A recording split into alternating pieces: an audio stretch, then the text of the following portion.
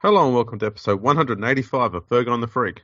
I'm that bloke from Rugby League Project, Andrew Ferguson. You can find me on Twitter at AndrewRP. Joining me as always is the glorious League Freak. You can find on Twitter at League Freak. How you going there, mate? I'm going well, Andrew. How are you? Almost glorious as your good self. Excellent. Go drink more of that coffee. Oh yeah. So we're doing something a bit different for people today. We're recording during the day. Mm-hmm. And this is going to be continuation of our Super League series, and this is time we're looking at the year 1996. Yeah, it was a strange year. I feel like it was a transitional year for the game. Like 94 was one of the best seasons ever. 95 was a little bit of a mess. 1996 felt like weirdly the biggest mess of all. And then 1997 was obviously the split of the competitions, but 1996, there was something about that season that it just didn't feel good in many ways. Yeah, the inevitable was very close by, Mm-hmm. and people weren't too sure what was going to happen. So there was this whole worry, fear throughout the whole year, and we had a bit of a false start with the Super League as well, which kind of just had everyone on edge for the whole year, trying to figure out when this thing was going to start and what it was going to do. Yeah, and I think the other thing is too, because there wasn't the Super League competition and the actual breakaway didn't actually occur until the following year. There was this apprehension about like, well, what are we doing now? So we got to play all in the same competition still, and it felt like, I don't know, it felt like the rugby league season itself, the games were a little bit of an afterthought in a weird way. Yeah. So let's hook in. We'll start off on January 1, 1996. And Super League officials refute suggestions that it would launch a hybrid game if the Rebel comp is outlawed by the federal court. I don't remember that one coming up. Was that to be a Rebel game? A hybrid game with rugby union, I guess? Well, what it was an idea that because the High Court said they couldn't basically run another rugby league competition, the idea is, well, we won't run a rugby league competition. We'll just run a different sport. We'll start a different sport, you know. Now, they'd already done this deal with Rugby Union, News Corporation, for the international rights for their game. And so, yeah, there was this, and I don't think it really had much to do with Rugby Union at all. I think it was more a case of like, well, what if we played a sport where there were 12 players per side and you got 7 tackles and, you know, and so it's not actually rugby league. And I think that was more of what they were looking at there. It was rugby league-ish. Yeah, but it wasn't rugby league, so they weren't running a rugby league competition, you see. Yeah. It was very, very smart. Also on that day, rather sadly, Gold Coast forward David Woods committed suicide in his home at Burleigh Heads. Oh, yeah, I forgot about that one. Yeah, January 2, Wallaby half George Gregan rejects an offer to join the Adelaide Rams. Mm-hmm. Former Test fullback Graham Eadie claims he was axed as an assistant coach by the troubled Gold Coast club and didn't walk out as was reported. January 3, Terry Lamb announced that he is coming out of retirement to boost his club's playing strength. I would come out of retirement too if people were starting to get like nearly $1 million a year in 1996. Exactly. I think that was because there were a small bunch of Bulldogs players who didn't want to be a part of the Super League, so they switched codes and switched comps and went to Parramatta. Yeah, they went over to Parramatta. It was Dean Pay, Jim Dimmick, Jared McCracken, and Jason Smith. Yes. Yeah. January 4, Mal Meninga is appointed coach of Australia's team for the Super League World Nines tournament. That's an interesting one, hey? I don't remember the Super League World Nines. Neither do I. I thought it was another one of those ideas that never got up, but they had put forward. January 8, World Sevens organisers open negotiations to have All Black powerhouse Jonah Lomu compete in the February tournament. I don't remember that one. That would have been a bit of a coup, but I can also understand that at the time, look, they're throwing around so much money. I guess they probably threw a lot of money at him to maybe take part in it, but you got to remember at this point, the Australian Rugby League has been isolated internationally because Super League has signed up basically most of the international Rugby League teams. So they were needing some sort of marketing because the World Sevens used to be very international. Yeah. Like you look at the rugby, the NRL nines now, and it's just NRL clubs. The thing about the World Sevens was that it really was. There were teams from all over the place. There were international teams, and it was very much part of what made it interesting. And so I can see that they realised they needed something to market the World Sevens around that year.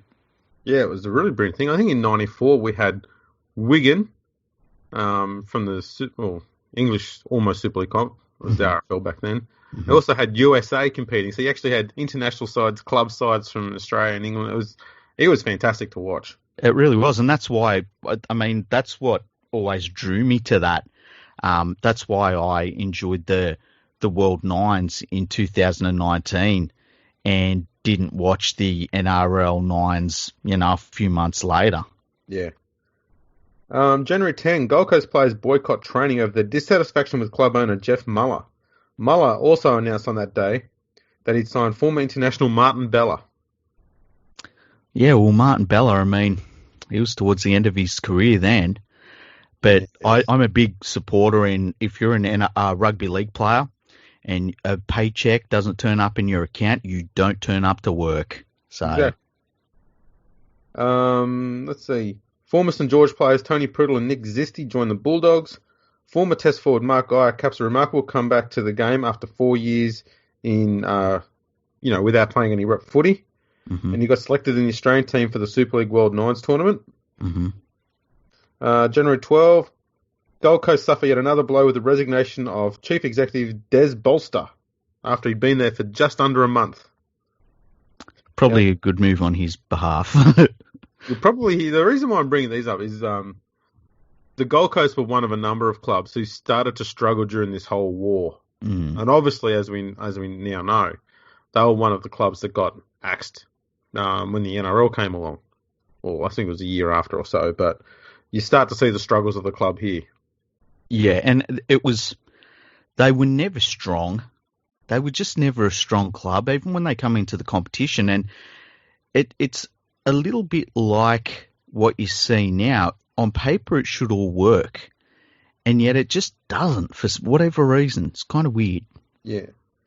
January 13, Super League announced that they plan to play final series matches at the SCG. That didn't happen. No. January 15, Gold Coast announced the signing of former East Manly Gold Coast forward Ron Gibbs. Craig Coleman signs with Western Suburbs after paying out his Super League contract. Oh, wow. I wonder who he had signed up to play for in Super League. I don't remember that. But I tell you what, now you can start to see, with some of the names that are being brought up now, a lot of players towards the end of their careers or their careers were over and everyone was looking to cash in. And why wouldn't you? If you're a player that's in there, and back then, if you were, say, a 32-year-old, you were pretty old. If you're at the end of your career and they start throwing money around, man, you keep them boots on and you keep playing as long as possible. Oh, yeah. January 16, Graham Lowe reveals that he needs to have heart surgery and it may force him to quit from his role as Cowboys coach. And after spending 9 months in jail, the well-travelled John Elias announces he's on the lookout for a new club in 1996. Yeah, and he ended up signing with, was it Balmain? Probably, yeah. Yeah, probably. January 17, Super League lodged an appeal against the Industrial Court's ruling that 4 Canterbury players signed contracts under duress. Yes, and this became one of the big tug-of-war situations in terms of players. The Canterbury players that decided to go to Parramatta, for whatever reason, they were really held onto by the Super League side of things. And it didn't work out at the end of the day, but yeah, I don't understand why either. It wasn't like it was a Laurie Daly or one of the big names. They were kind of all toilers, they were all forwards, and yeah, but they really wanted them. Yeah. Also shows how desperate clubs were for signatures. They'd try all sorts of ploys to get names. Oh, 100%. 100%. January 21, the Sun Herald announced that the Northern Territory have joined the exodus to Super League. That was a coup. Yeah, that was massive. I'll always remember that one. January 22, the New South Wales state government announced plans for a 110,000-seat, $463 million Olympic stadium in Homebush. Yeah, that's interesting. I don't remember the announcement of that. I felt like the announcement for that was a couple of years later, so it's interesting that it was that early. News Limited announced a $10 million upgrade of Bruce Stadium after taking a 50% stake in the Canberra Raiders. That's interesting. I wonder if that ever went through. January 23, Peter Johnson signs with Parramatta after being paid out by Super League. He was a very good player. Real rugged, and a tough forward. He's one of those players that people probably don't remember too much, but he was a good, solid forward. Oh, yeah. January 24, News Limited chief Ken Cowley says Super League has cost his company $100 million. Oh, maybe they shouldn't have decided to make a coup of an entire sport. And interestingly enough, Super League players vote not to return to the ARL, irrespective of the outcome of the federal court action. Yeah, and obviously they did return to the ARL, but yeah. January 25, more than 30 players walk out of the Gold Coast club after a no-confidence vote in boss Jeff Muller. Yeah, terrible time for the Gold Coast. January 26th, and that very next day, the ARL vowed to keep the Gold Coast alive, at least until the outcome of the federal court action is known. Jeff Muller sacks head coach John Harvey after he refused to sign an agreement which guaranteed Muller's input into team selections. Oh, jeez. Can you imagine that? Wow. Oh, God. Super League announced that they will use a video replay to help with contentious try-scoring decisions. Well, that's what the people want. On January 30, controversial businessman Jeff Muller retains control of the Gold Coast club after high-level meetings with ARL officials. That's only going to go well, isn't it? Penrith win the right to proceed with Supreme Court action seeking to overturn a decision which allowed Brad Fittler to join the Roosters. And you know what's interesting already? There's a lot of action in court which doesn't actually, win for the people that are taking the action. And there's a lot of statements being made by people already, like the players saying, we won't play for the ARL. Well, they did go on to play for the ARL. News Limited is taking court action against the Canterbury players that went to Parramatta to stop them from playing for the Eels. Well, they ended up playing for the Eels. And there's just a lot of, you think about all the money that was spent on all of this court action that didn't do anything at the end of the day. Yeah, so much. February, the New Zealand Rugby League threatens players with international bans if they represent a non-sanctioned team at the ARL's World Sevens. Yeah, and once again, the ARL was completely isolated, and it was a really smart strategy. I would love to know how much it cost News Limited to get all of the rest of the other countries on board, because it was a smart move on their behalf. I dare say at the time, England would have been the only one that was expensive, because I think they ended up paying massive money, but part of the deal was to have a lot of English clubs merge, and a lot of those mergers didn't make sense and fell through, admittedly, as well. But I think that would have been the only one that cost more, or cost as much, I guess, as the Australian one would have done if you take away the legal fees. Yeah, and the thing is, too, that part of that was building in the television rights for the new Super League that they were launching in England. So they were getting something for their money back. I would love to know how much they paid, for instance, in Fiji. And Fiji had an ARL and a Super League side, weirdly enough. But just in all of these other countries, I wonder, say, for instance, New Zealand, how much did they have to pay to the New Zealand Rugby League to get them on board the way they did, where they're threatening players for playing in an unsanctioned side? It's an interesting one. Yeah. I think there was a PG and a Fijian ARL team. Yeah. And they weren't they weren't players who were aligned with Fijian or Papua New Guinea Rugby League. They were players on ARL contracts, so they were selected by the ARL, not by those countries. Well, from memory, and I could be wrong about this, but I think that PNG was aligned with the ARL. But there was definitely that split with the Fiji team because they had a Fijian ARL team. It was very strange. It was all very weird. February 2, the Federal Communications Minister Michael Lee rules that certain Super League games must be shown on free-to-air TV. Yeah, and that's part of the anti-siphoning rules. And I guess the thing that showed was that from the government's point of view, Super League wasn't allowed to, because obviously what Super League wanted was that you had to sign up for Foxtel to watch all of their games. And so the government was like, no, you can't say that the anti-siphoning list just applies to the ARL and you're something different. It applies to you as well.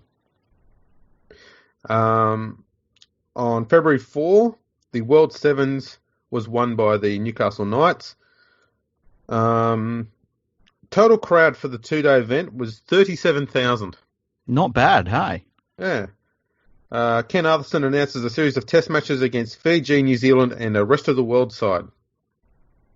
Yeah, I wonder what his thought was on the New Zealand team, because obviously the NZRL wasn't on their side. So no. I wonder how maybe they were thinking, look, we've got a contract for a mid-season test and they have to, or a post-season test or whatever, and they have to fulfill that contract. But as we know, none of the contracts mattered at all during this time. I think it was more an attempt by the ARL to have what appeared to be a legitimate test, given that the other two were going to be against Fiji and rest of the world. Yeah. And the very next day, Super League official Michael O'Connor describes the ARL's international program as Mickey Mouse and claims the players will be embarrassed to take part. I can't believe Michael O'Connor would say something stupid like that. Doesn't sound like him. Gold Coast signing Ron Gibbs quits the club to accept a job in the oil fields. Oh, that's hilarious. Oh, boy. February 7, Mike Eden continues the exodus from the Gold Coast club when he announces his resignation because of his inability to work with flamboyant owner Jeff Muller. And Ellery Hanley signs a deal with the Sydney Tigers. Ah, that was a big signing. Yeah, I think at the time too, because Wayne Pearce would become coach, I think there was a unique situation where one of the players was older than the coach at that club. No, it was Hanley was older than Pearce. I'm pretty sure you're right. Yeah, how old would Hanley have been then? I think he would have been close to 34, 35, somewhere around there. Yeah, that's what I was thinking. Like, he wasn't done. No. But he was, the problem was with that signing. There were plenty of teams he could have gone to where he would have been a nice, the cherry on top for a lot of teams. You get the experience. He was a great player, all that sort of thing. Problem was he went to the Tigers where they didn't really have much else going on. Yeah. It was, mind you, at that time, I think the Tigers only had Stirinen and Brasher as out-and-out stars. Yeah. They needed someone. February 8th, the ARL withdraw the licence from Gold Coast boss Jeff Muller and appoint ARL officials Jeff Carr and Paul Broughton to prop up the ailing club. Yeah, it's weird that it took that long. Yes. And here's another good one. Rugby union great David Campese is chosen on the wing in the greatest graduates all-time team named by the ACT and District Minor Rugby League because Campese played junior rugby league with Queanbeyan United. Oh, there you go. That's an interesting one. I wonder how much he treasures that name, that title. Yeah, that's a good question. It's funny because he's one of those rugby union people that have kind of disappeared off of the media radar in the last probably 10 years. He used to be very outspoken and he isn't so much anymore. Yes. Test captain Brad Fittler and former Penrith teammate Matt Singh win the right to play with Sydney City after the Supreme Court ruled their Penrith contracts invalid. Yeah, that was a great day for the Panthers club. February 9, Gold Coast owner Jeff Muller wins an injunction to stop the ARL from running the Gold Coast club. I can see where that one's going too. Yeah, it's not going well there. February 10, Super League trials begin in the Pacific Islands with the Hunter Mariners upsetting the Bulldogs 12-10 in the Cook Islands, and Canberra downing the Adelaide Rams 38-36 in Suva. Now, I would love to see and it was the Hunter Mariners, yeah? Mm. I would love to see what that lineup actually was, because they didn't play in 1996 outside of that, really. Like, it wasn't like they had this group of players, this first grade group of players. So it's interesting to see how that team looked. And the Canberra team, how that would have looked as well, whether it was the actual Canberra Raiders or a Canberra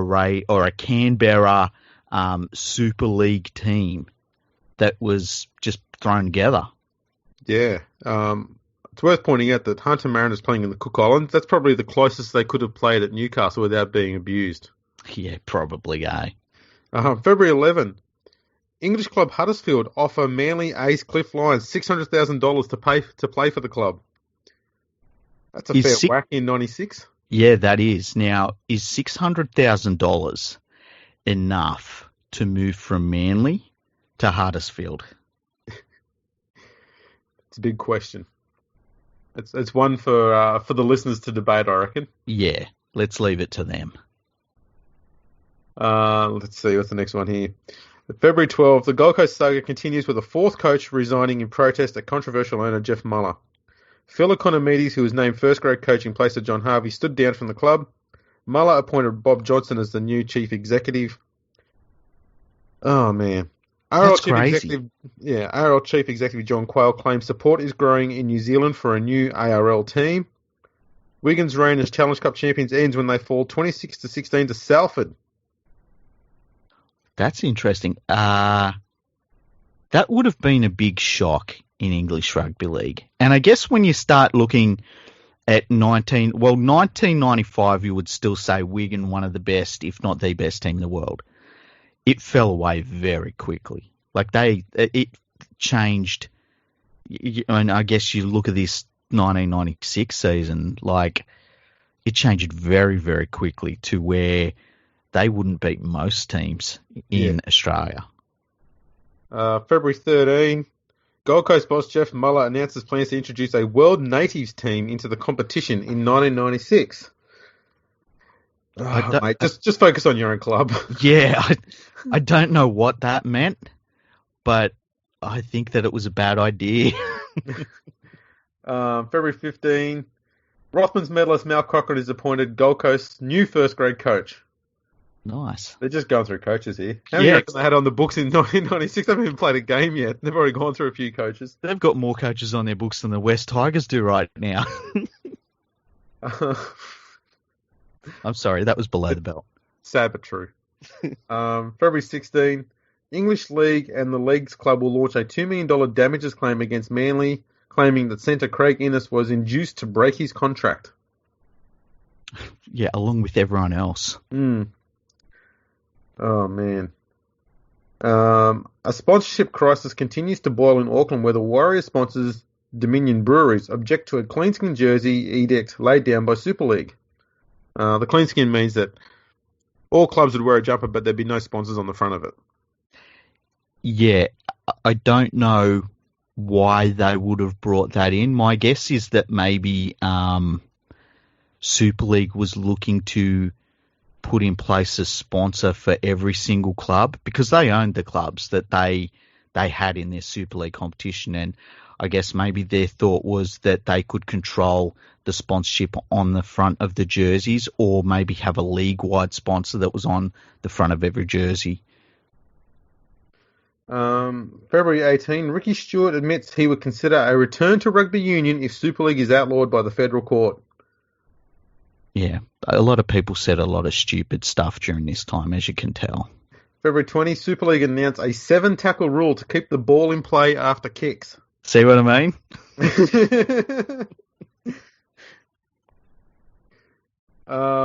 February 21, former Bulldogs chief executive Peter Moore admits he rorted the ARL's contract valuation system to help the Bulldogs win the 1995 premiership. I'm not even mad. Everyone was rorting everything at this point in the game's history. You just said it out loud. Yeah.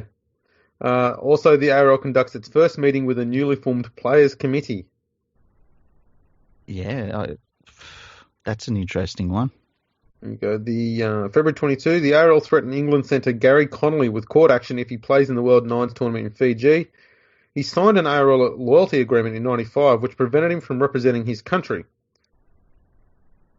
And it's like, and this is what 1996 was. It was just a grind of this sort of stuff. You know, it wasn't fun. It wasn't a fun year for rugby league. No. I think this is all happening before the premiership is even close to starting. Yeah.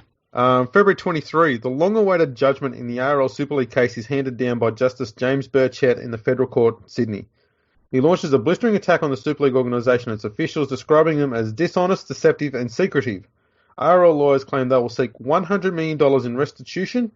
The ARL claim a victory by knockout and are confident that all 29 orders will be granted by Justice Burchett when he resumes his judgment on February 26. Super League officials and players remain defiant. The ARL announced that their 20-team competition will now kick off on March 1, which is just a week away. Yeah, and I remember that, and it did at the time. It seemed like a real hammer blow to Super League. It seemed very comprehensive, and none of it mattered. February 24, the fallout begins. Rupert Murdoch lashes out at adverse comments made about News Limited executives in Justice Burchett's ruling. Nick Politis calls for the banning of all officials who turn their backs on the ARL. And the very next day, Foxtel goes ahead with its plans to launch the Fox Sports service despite Super League's devastating knockback in the courts. And this is what it's all about. It's all about pay TV. Don't let anybody ever tell you it's about some grand vision or it's about doing something for players or for the game. In China. Yeah, exactly. Like, you know, Super League wasn't worried about Laurie Daly getting marketed in India. It was none of that. It was simply because this was a content war. They needed content for Fox Sports. That was it. Yep. February 26th. This is the day when Justice Burchett was going to resume his judgment. The ARL asked the federal court to impose a worldwide ban on the operation and promotion of News Limited Super League until the turn of the century. Super League offered to pay damages to the ARL if the federal court allows its competition to kick off as scheduled on March 1. The Western Raiders claim they will be forced to fold if they are instructed to play in the ARL competition. The start of the 1996 season is thrown into further doubt when Justice Burchett delays his decision on whether to stop Super League in 1996. So he's only delayed it by a day, though, because the very next day he grants orders banning Super League from starting until further orders are made in early March. And you can see where it's like, what are we doing here in 1996 already? Yeah, we are 3 days away from the competition starting, and we still don't know which clubs are going to be in. Mm-hmm. The failure of rebel clubs to attend an ARL meeting virtually kills off hopes of the start to the ARL's 20-team comp on March 1. Broncos players rep Chris Johns claims Justice Burchett's rulings amount to a return of slavery for players. My God. Now, Chris Johns ended up being he wasn't the CEO, but he was high up in Super League.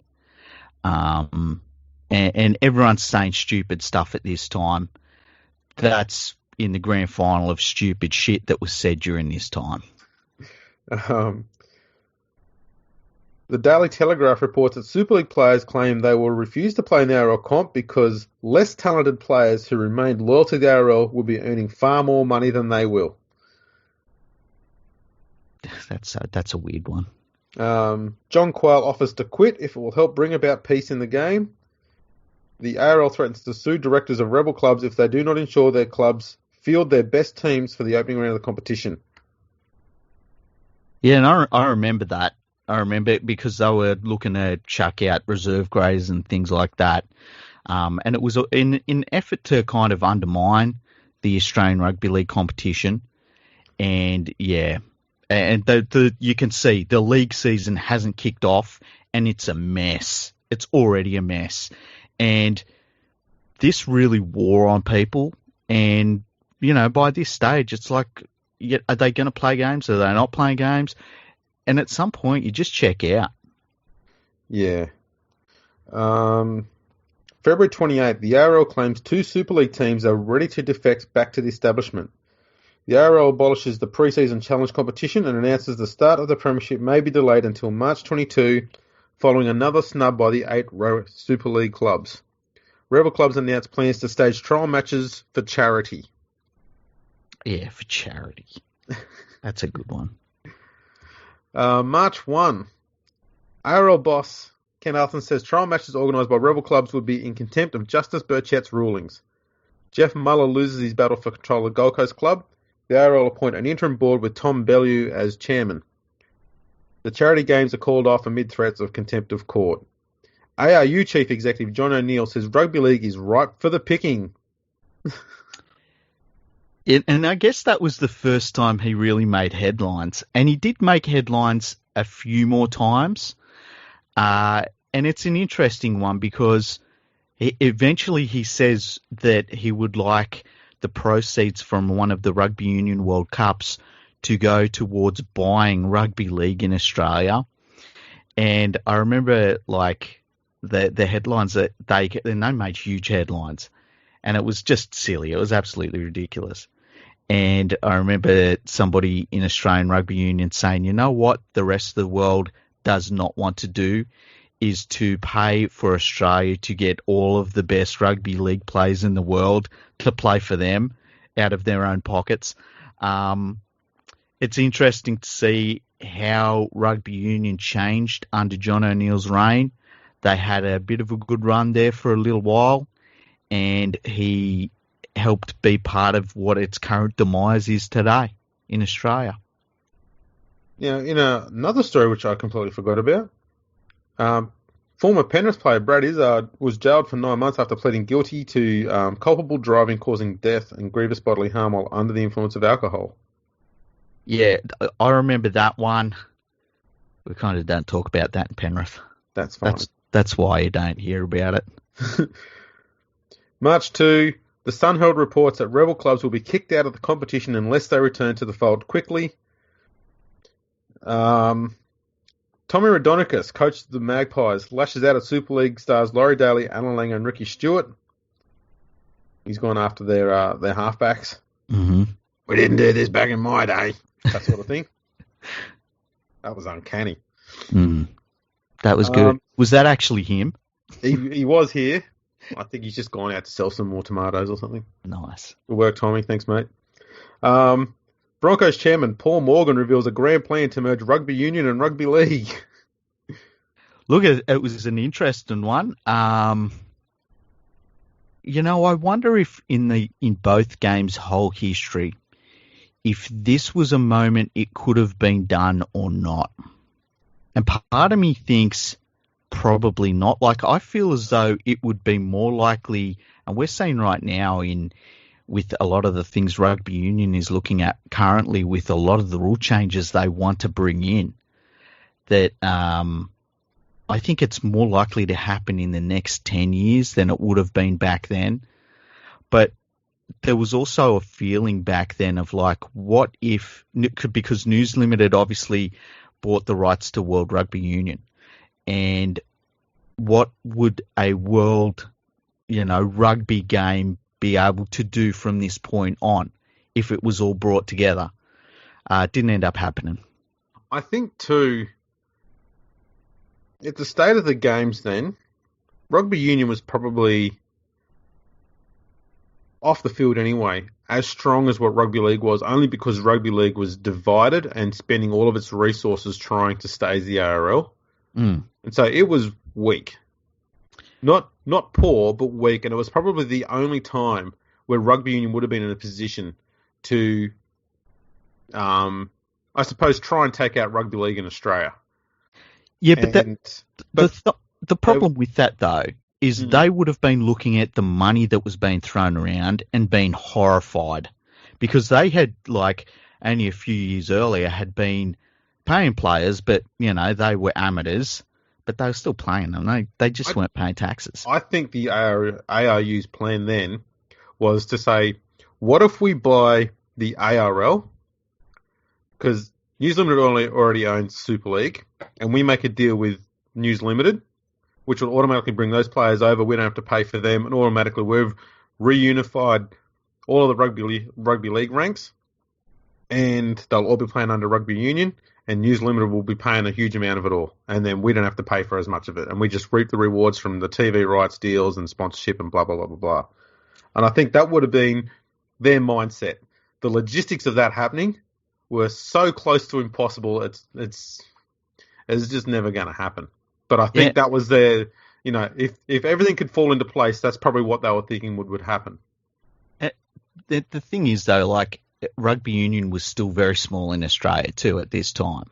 Like, I think they would probably more have been wanting or hoping that rugby league just fell into a heap in itself and they sort of picked over the carcass when it was all said and done. Yeah.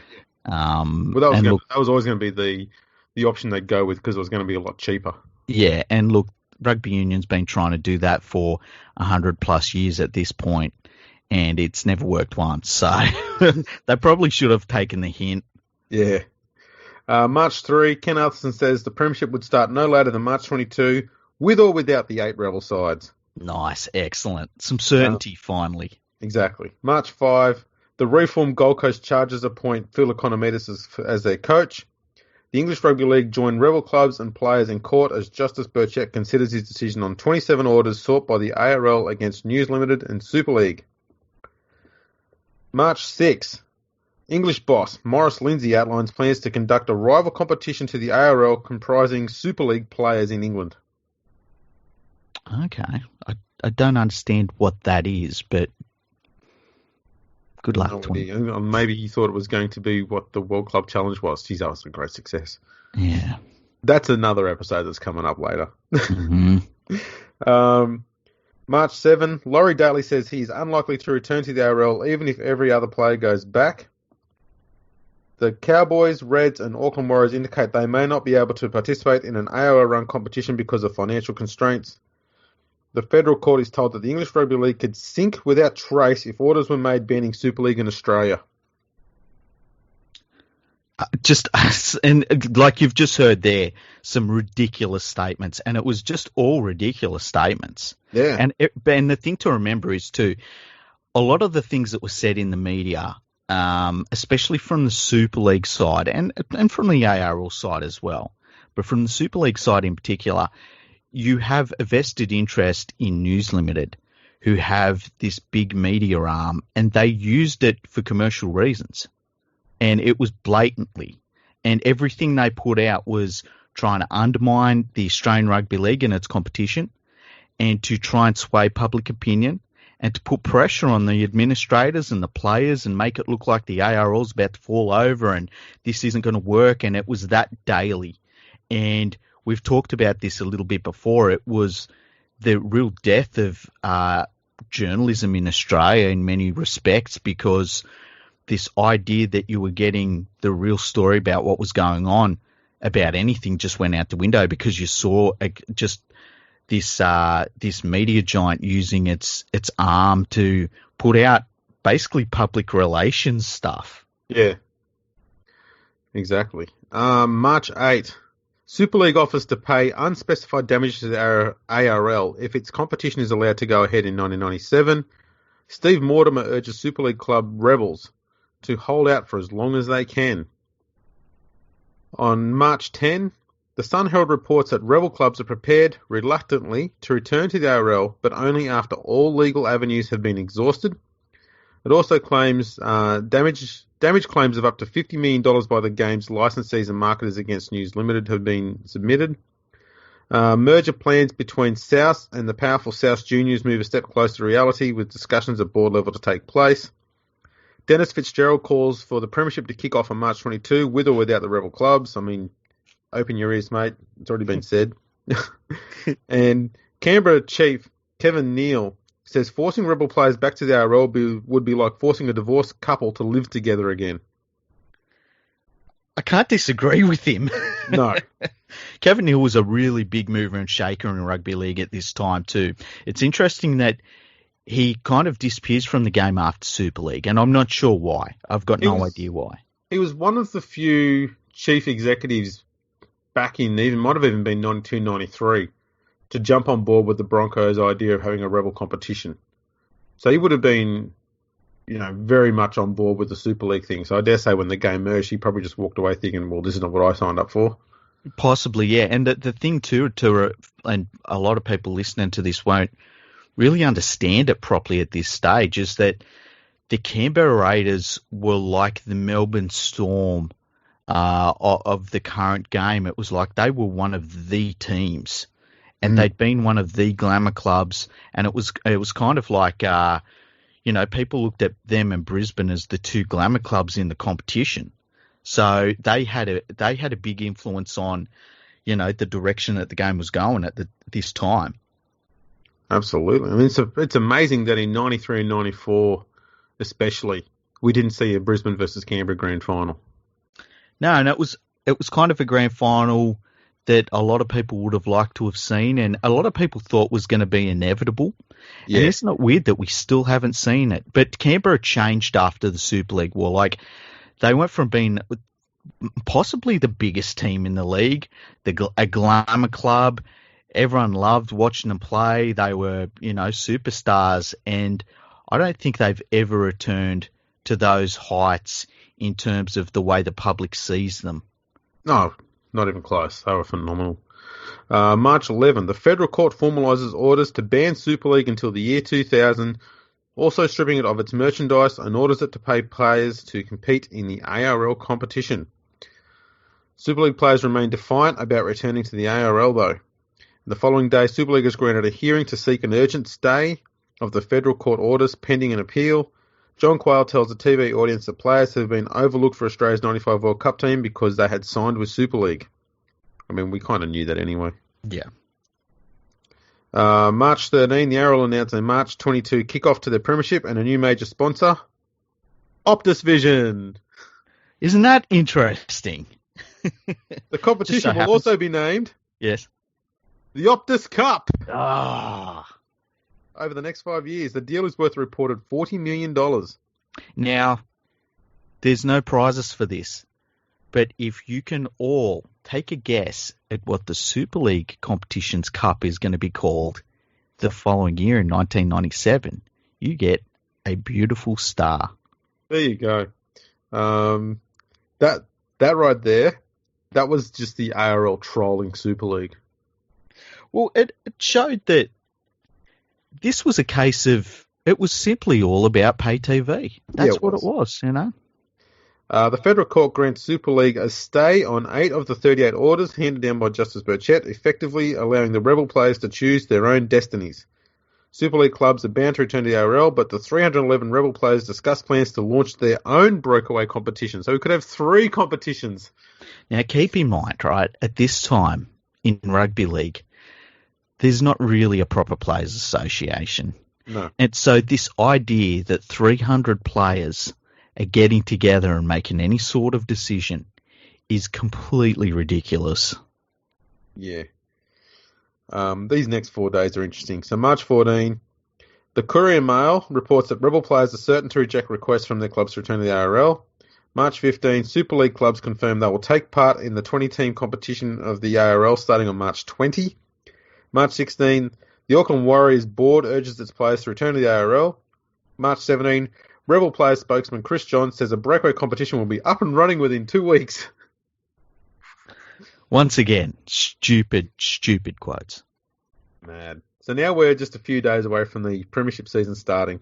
Yeah, it'd be good to get to some footy, hey? Wow. March 18, Rebel Players put forward a 15-point plan which is, if it's accepted, would see them return to the ARL. The points include participation in a 22-team comp, including the Hunter Mariners and Adelaide Rams, a tri-series involving New South Wales, Queensland and New Zealand, and the wearing of the gear of Super League sponsor Nike.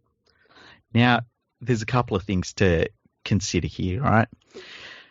First of all, bringing in Nike as a sponsor, I think that's just something else to talk about. That's to get away from the real issue, which is let's bring in 2 extra clubs.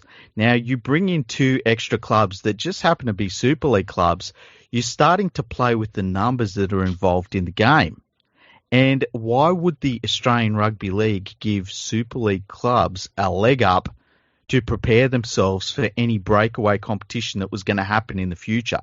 Exactly. It was a totally ridiculous idea, but it was the sort of things that were being pumped out at this time. So much ridiculous stuff was going on in the game and being put out there as in the media, and especially through News Limited media, it must be said.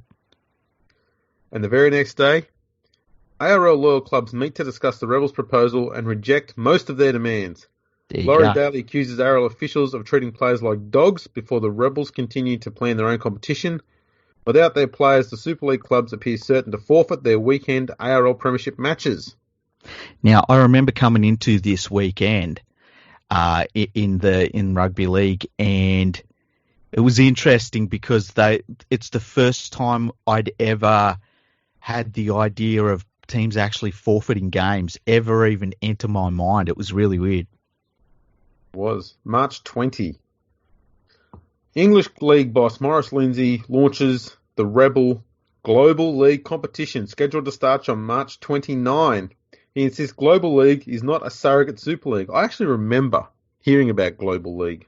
Yeah, so do I. Rebel leaders Chris Johns and Simon Gillies fly to New Zealand to convince second-string Kiwi players not to play for the Auckland Warriors in the first round of the competition. The 8 Super League clubs face increasing legal pressure to sue their players to stop them from starting their own comp. Canberra captain Ricky Stewart accuses sections of the media of being biased towards the ARL. That's hilarious. And what's funny about all this stuff is that there's some of the superstars of the game, like Laurie Daly. Can you think of too many players and Laurie Daly's saying, "Oh, they're treating us like dogs."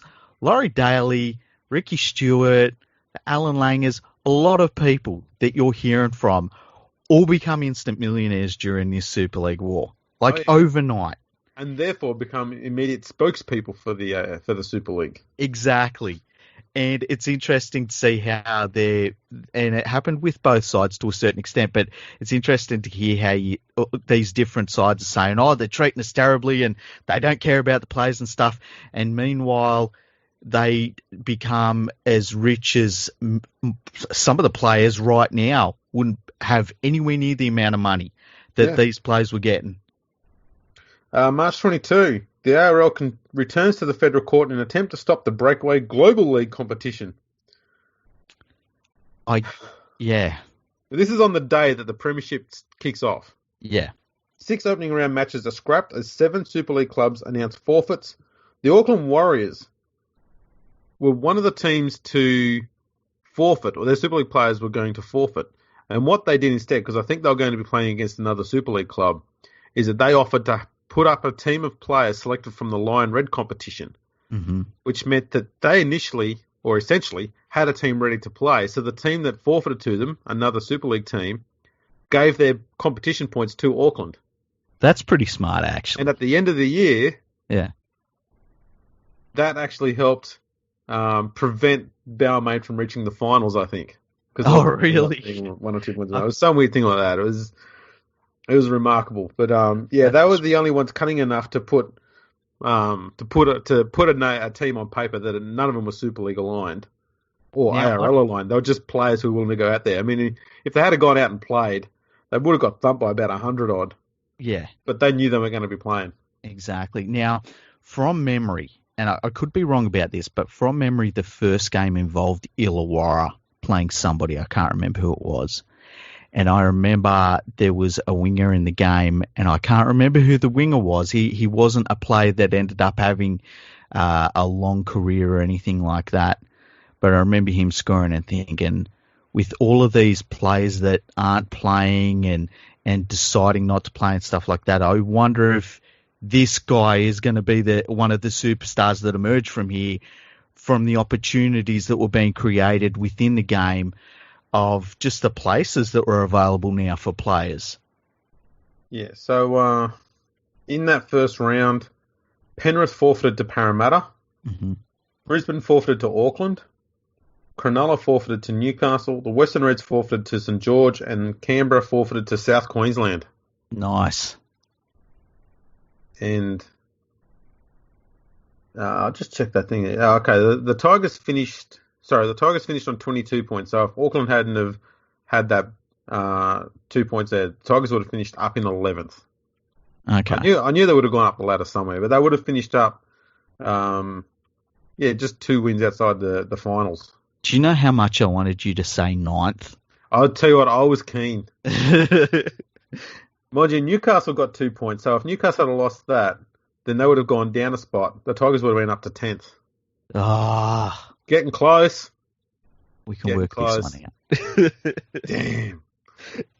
But there we go. Just hours before the premiership season kicks off, the federal court places an interlocutory injunction on Global League for 48 hours. A crowd of 9,744 turned out at Steelers Stadium where West Spring a surprise 17-8 victory over Illawarra in the season opener. There you go. Before the kickoff, league boss Ken Arthurson launches a scathing attack on Rebel players and said, "I don't think I would ever see the day when players went on strike because their clubs didn't have the guts to tell them what their contractual obligations were." Fighting words.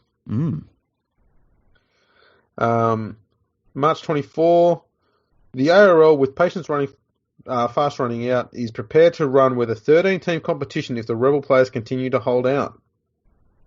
Would have been interesting to see what would have happened if that had occurred. Because, there'd be a lot of the Super League stars would have said, yeah, let's do that. Okay, because they would have been getting paid. But there would have also been a lot of players that would have said, I can't afford to sit on the sideline for a year. Yeah.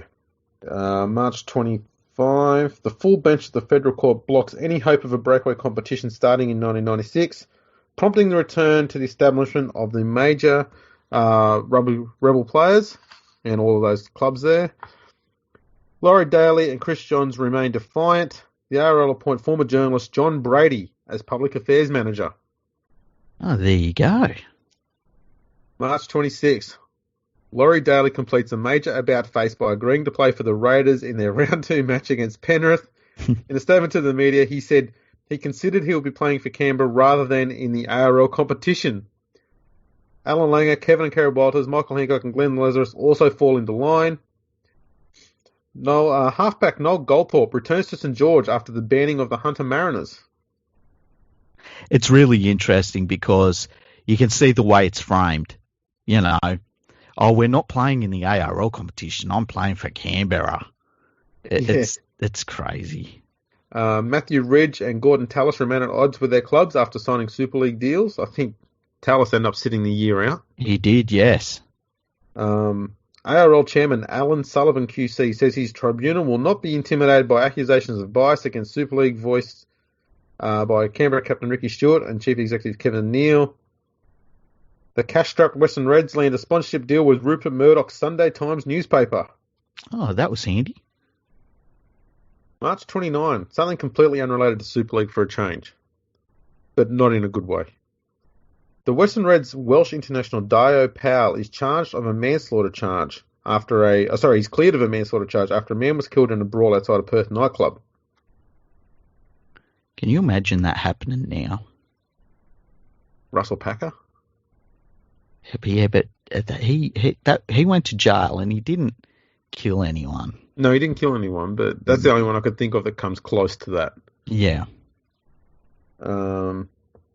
Manly prepare to take legal action against reluctant fullback Matthew Ridge.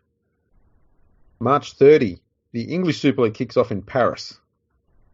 Yeah, they had a new Paris team, Paris Saint-Germain, I think they were called.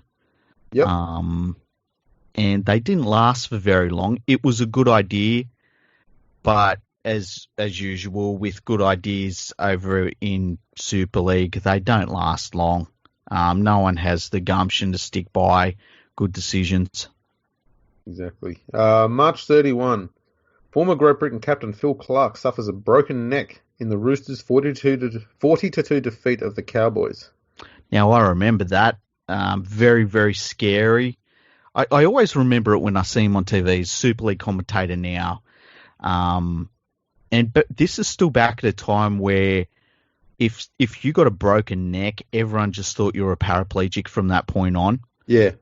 So it was it was kind of strange that he did break his neck, and yet he didn't end up having.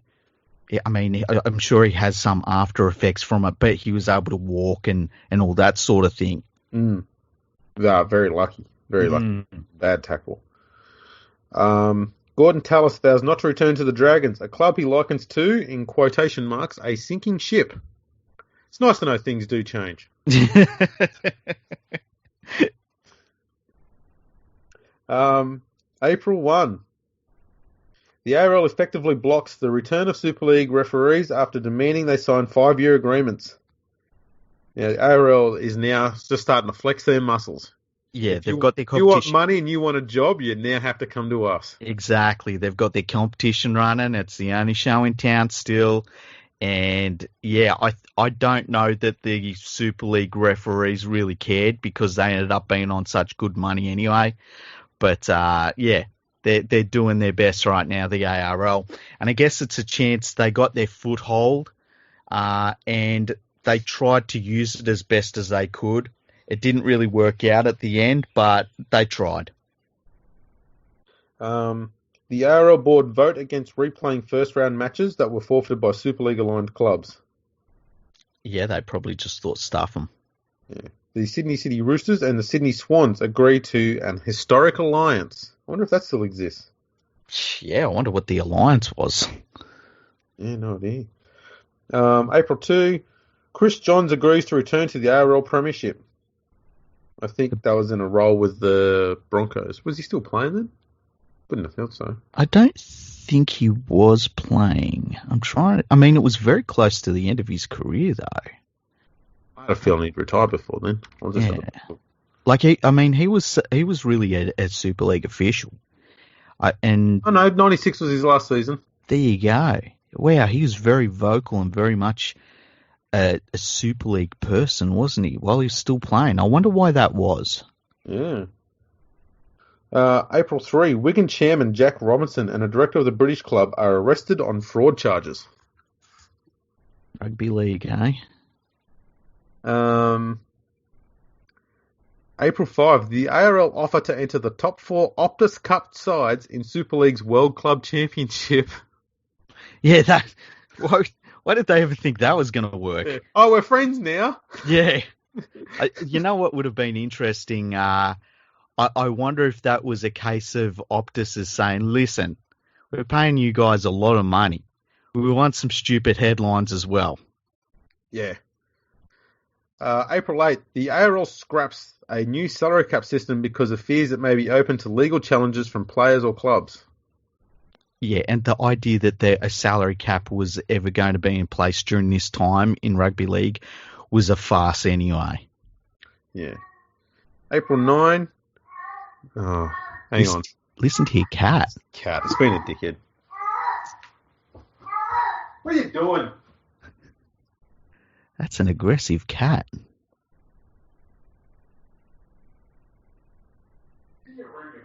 For those that don't know, Andrew and his family decided to get against getting a dog.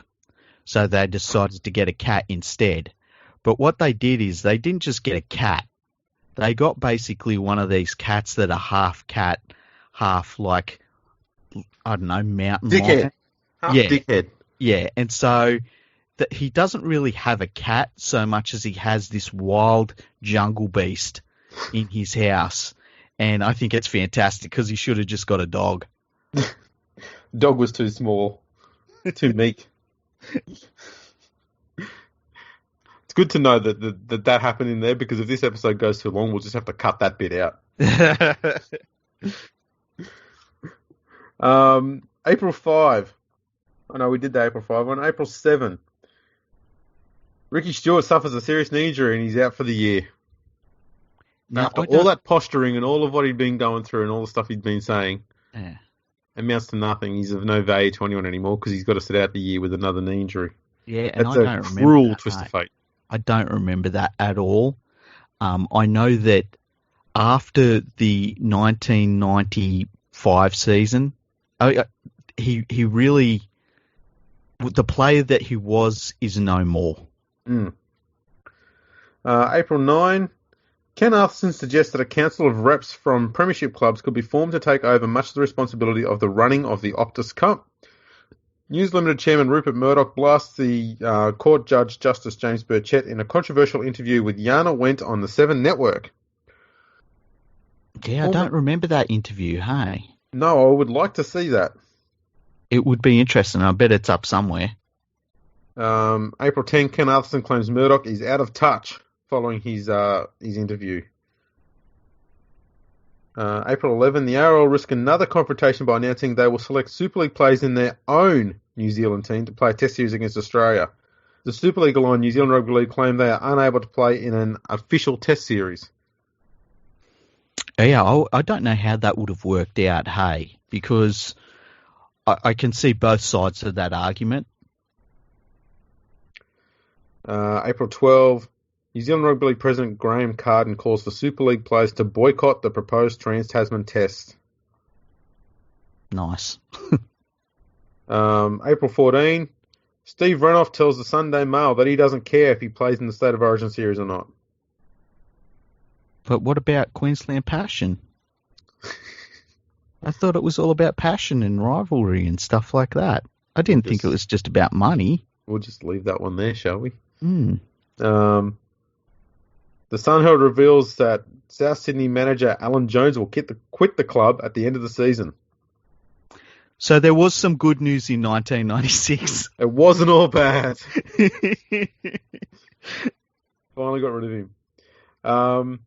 Sydney's Fraud Enforcement Agency has interviewed more than 20 first-grade players as part of an investigation into player payments at the Gold Coast in 1995.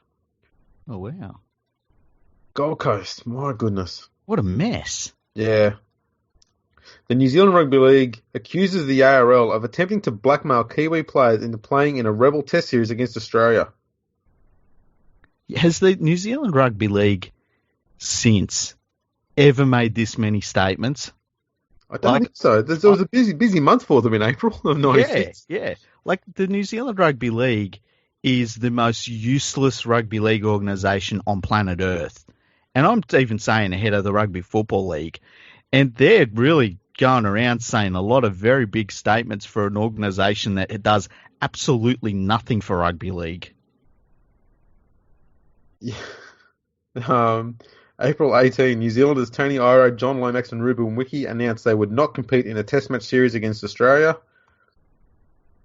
April 19, Nathan Brown, Jason and Paul Stevens returned to St George after dropping legal action against the club. The ARL aligned New Zealand coach Bob Bailey arrives in Australia to speak with Kiwi players over the proposed test series. April 21, New Zealand boss Graham Carden says the New Zealand Rugby League will consider an official test series with Australia if the ARL drops plans to stage rebel tests. So, wow. That's a nice negotiation. If you don't do what you're going to do, we'll do what you want us to do. Yeah. It's interesting. It's mad. April 22, Warriors players reject a compromise deal put forward by the ARL over the proposed Trans-Tasman Test Series. Tension between St George and Canberra continues with tit-for-tat sightings arising from the Cogra Oval clash where Canberra players accused the referee Paul McBlain of issuing threats on a day where John Lomax and Quinton Pongia were sent off for high tackles. Okay, that's an interesting one. Lomax and Pongia received suspensions of 4 and 6 weeks respectively, while St George second-rower David Barnhill's case is adjourned. The future of the Gold Coast Chargers is guaranteed until 1998. Well, let's be honest. They were right about that. That's true. April 26, Canberra suffer another major blow when Brad Clyde breaks his leg in the Raiders' 34-4 defeat of the Bulldogs. Isn't it interesting, all this stuff happening to the Raiders, and like Brad Clyde after 1995 wasn't the player that he used to be. April 29, John Quayle drops plans to cite St George forward David Barnhill after Canberra lodged their complaint 19 minutes after the citing deadline. The Raiders respond by threatening legal action. Of course they did. That's what everyone did at the moment. Like at this point, if someone threatens you with legal action in rugby league, you're like, yeah, I'm going to see you there on Thursday anyway. You might as Yeah. well add it to the ticket. Just pop the paperwork on the table with all the others. I'll deal with Yeah, it later. put it in the legal challenges pile. Yeah. I've got a separate room for it now. Yeah, It's just a room with a door and it's just got the word "in" on it. yeah. That's my new intro. April 30, Super League Aligned players agree to boycott the proposed Test series between Australia and New Zealand. Oh, nice. May 1, Laurie Daly and Canberra Chief Kevin Neal differ over their views on the future of the annual City-Country clash after Neal calls for the match to be scrapped. Well, that's an interesting one because everyone's singing from the same hymn sheet for Super League. And I guess Laurie Daly decided that he disagreed with that one, which is interesting because if Laurie Daly's saying that it should be kept, he's saying that this ARL fixture is an important one. Yeah, Laurie Daly was always a very big advocate for country rugby league. So that's one thing I always did really, really like about him was that no matter how much he earned and, all the things he achieved, he was still always keen to line up for country. Even when he didn't have to, he'd still play for them. Yeah. Always respect him for that. Super League stars Glenn Lazarus, Brett Mullins and David Furner say they would not hesitate to play for Australia against a rebel New Zealand side if they are selected. Oh, that's an interesting one. Bulldogs claim former players Jared McCracken, Jason Smith, Dean Pay, Brett Dallas and Jim Demick owe the club $157,000. Now, I'd forgotten about Brett Dallas. Yes. McCracken launches his account of the Super League saga in a book called A Family Betrayal, and I'm dying to find it so I can read it because I think it'd be great. Yeah, I didn't know. It's an interesting idea that he put out a book at that time. Like, he was still a youngish player. Yeah, absolutely. It was a bloody good one too. He was. May 5, former Kiwi coach Bob Bailey announces the rebel New Zealand team to play Australia in June will be known as the All Golds after the first New Zealand team which toured Australia in 1907. I like the name. Yeah, I don't know what he was getting at there, but anyway.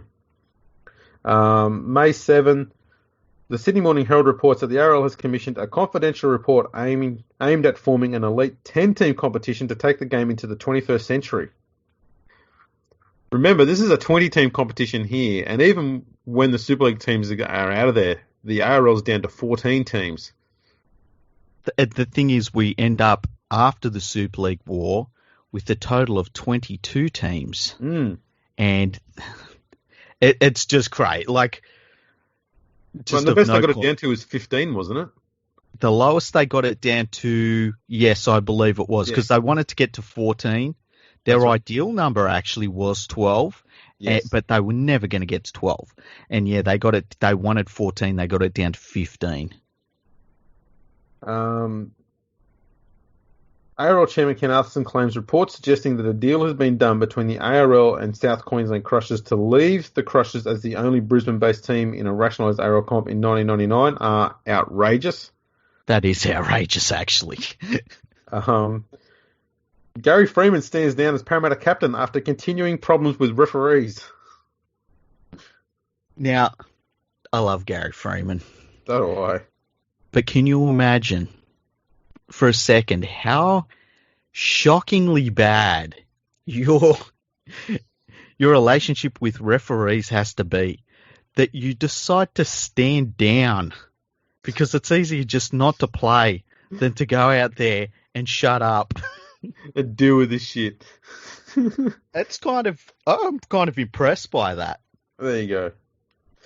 May 8th, the Sydney Morning Herald claims that the ARL have been forced to approach Kerry Packer's Nine Network for interim funding of $5 million to cover mounting legal bills. Which is just, obvious. Everyone's got legal bills. Everyone's going to everyone. It's just more PR spin, really. Like, who did they think Super League was going and getting all their bills paid by? Yeah. I think here, on the very next day, is where we see journalism turn that corner to what we have now. Mm-hmm. In an attempt to discredit the ARL, New Zealand's Daily Telegraph reveals the salary figures of leading ARL officials Ken Arthurson and John Quayle, and details of the financial connection between Kerry Packer's Nine Network and the ARL.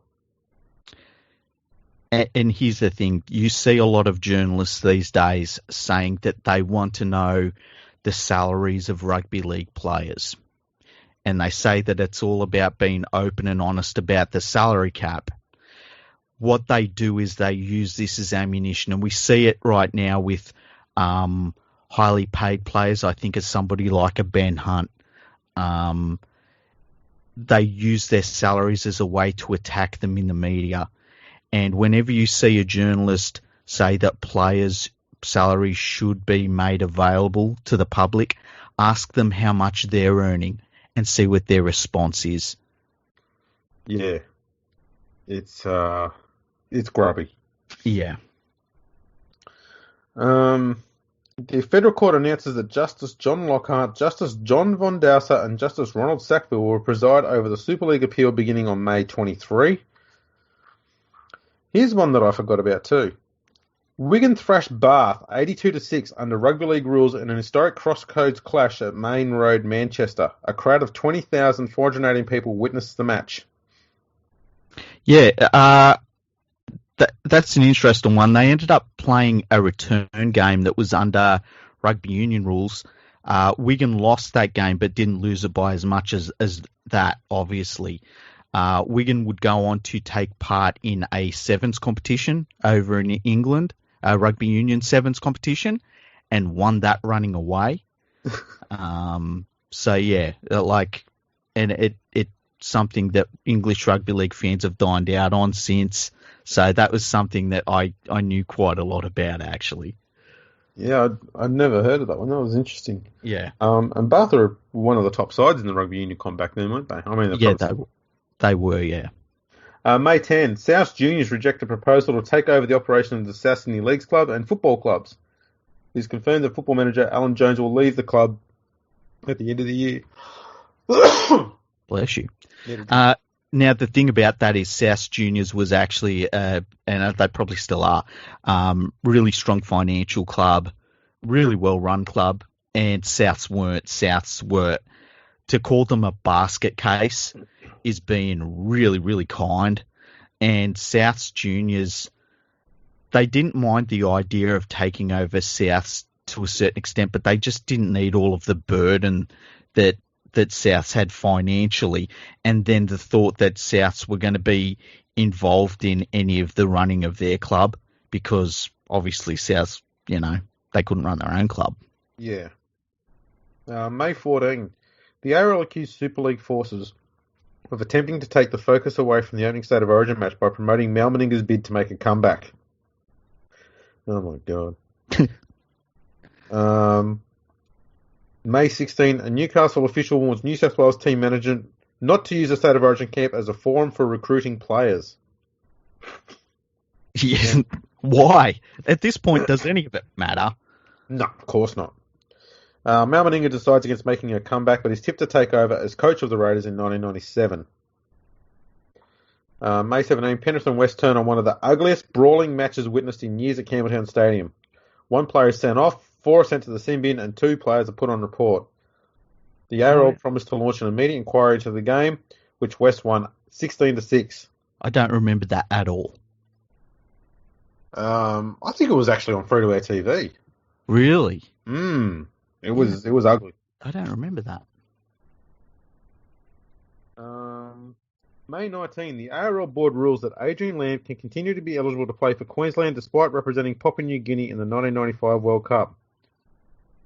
Yeah, and that was another. The eligibility rules around this time, this is when they break down, because these rep teams need to be put together, thrown together at the last minute. Some of these teams, they don't know if they've got enough players to throw them together, and so eligibility rules just go right out the window, where you get situations where players representing teams and countries and states that they should never have represented. Yeah. Queensland lose the first State of Origin game, and consequently, their selectors are urged to select Gordon Tallis, who has been sitting out the year because of his contract dispute with St George and Brisbane. But and I wonder who urged them to. My guess Yeah. is it was News Limited. Exactly, because the ARL officials later ruled him ineligible. Yeah. May 22, the Cowboys are tipped to sack 12 players ahead of the arrival of Premiership winning coach Tim Sheens. Now, this was interesting because Tim Sheens, at this point, is regarded as a super coach. He's coached the great Canberra sides, and the thought was that him going to North Queensland was a massive coup for the club. It didn't quite end up being the case, unfortunately, and really is a pretty sad and sorry time in Tim Sheen's coaching career, really. And it saw him go from being thought of as really maybe the premier coach in the game to needing to resurrect his career at the West Tigers when he eventually goes there. Exactly, which was quite a few years later. Yeah. May 23, Super League appeal begins before the full bench of the Federal Court in Sydney. Super League counsel Tom Hughes, QC, claims Justice James Burchett was influenced by powerfully emotive arguments when he ruled in favour of the ARL.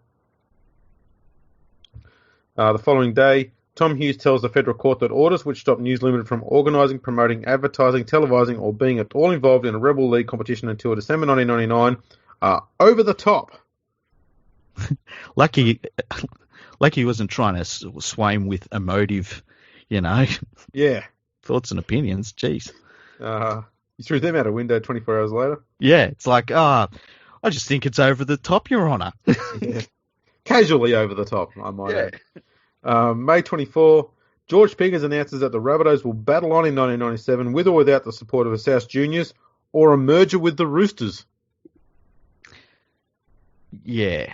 Look, George Piggins, he tried to keep Souths alive and he couldn't.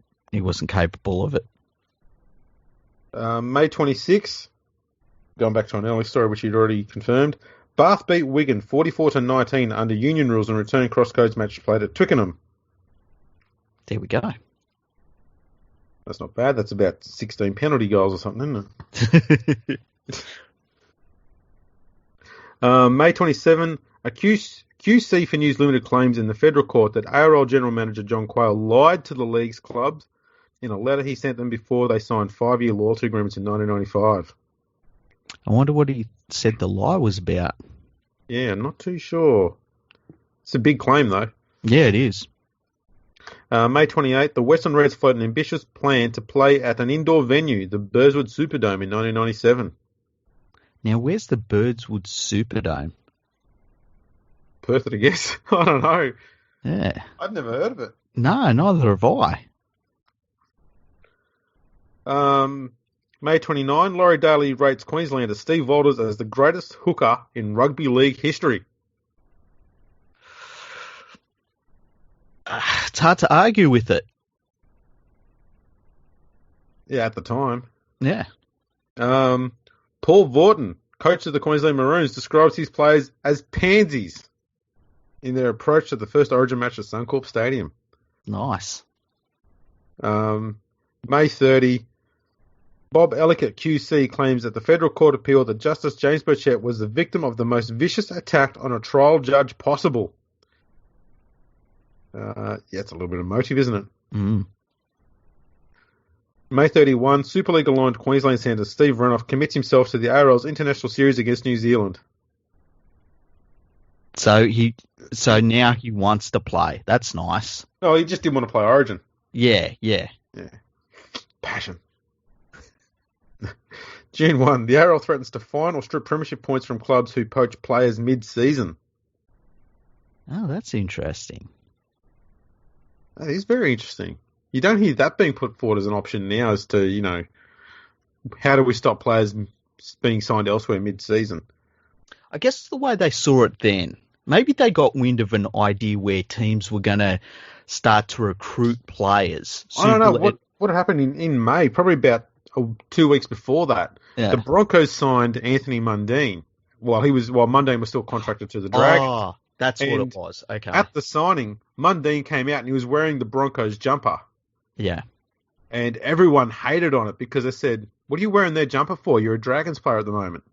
Yeah, I So, thought you were talking about mid-season transfers, but yeah, I get what you mean oh now. no, Yeah, it's about making signings mid-season as well. It's all about that thing as well. yeah, because I Um, mean, people that was massive. That was absolutely massive, and people were outraged that happened, and which it is was gross. it's crazy to me because there were players who were signing deals with a rebel competition that wasn't even in existence yet. Yeah, But let's all get outraged because Anthony Mundine wore a different team's jumper at a press conference. still, it is a line that you don't cross. Even now, when a player signs for another club, you'll get press releases. They might talk about it a little bit, but they're always in their current club's gear. You know what I mean? Yeah. I think the only other time I can think of where that happened was Craig Wing when he went from South to the Roosters. And he Yeah. went to a press conference announcing he's signing with the Roosters, wearing Roosters gear while he was still at the South. That's the only one I can remember. I can't remember that one. That was a Wow. few years later. Yeah. June 2. The Sun Herald reveals that North have upgraded and extended centre Ben Ikin's contract until the year 2000. Wow, I can't remember him as a centre. How's this for news? Mhm. The New South Wales side is locked out of its training venue because of a padlocked gate. That's brilliant. Queensland management react to a Courier Mail story on Paul Vaughton by banning journalist Paul Malone from the team's dressing room. Good. Yeah. We need more Paul Vaughton in the game. I never thought I'd ever say that. We really do. Why don't they ban more journalists? That's Yeah. what I'd be doing all the time if I was a club. And I wouldn't even allow it to be a coach thing. If I was the CEO of a club, I'd just be like, yeah, they're banned. They're not coming in. The Western Reds deny reports that they are considering a switch to rugby union. Oh, jeez.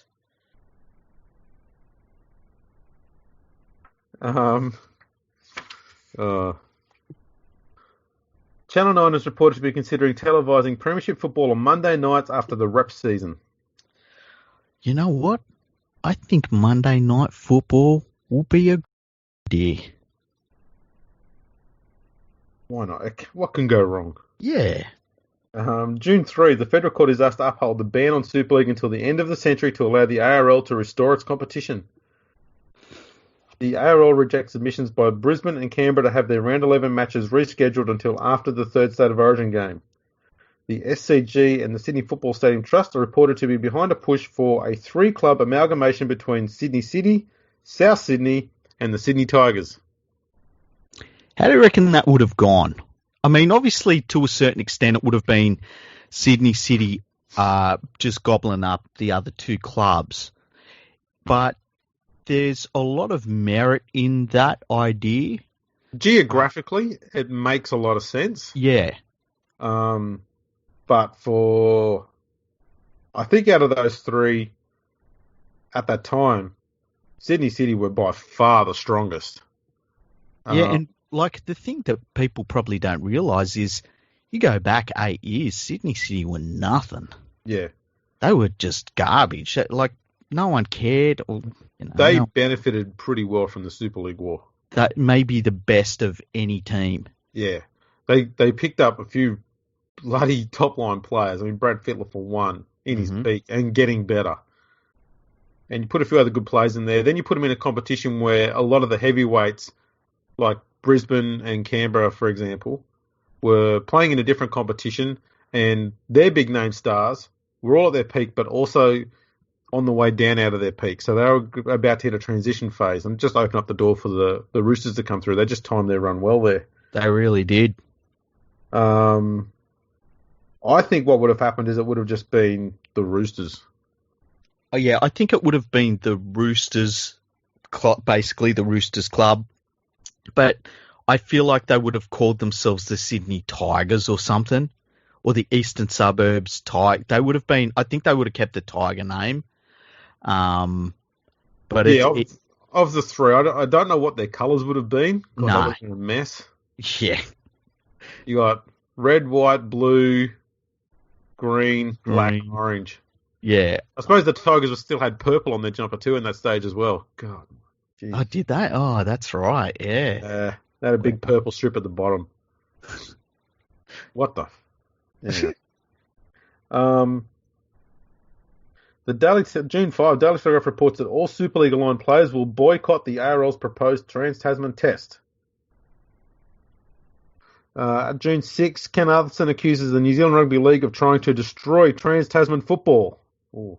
I'm liking the emotive language. You can't half tell it's the middle of the year. Exactly.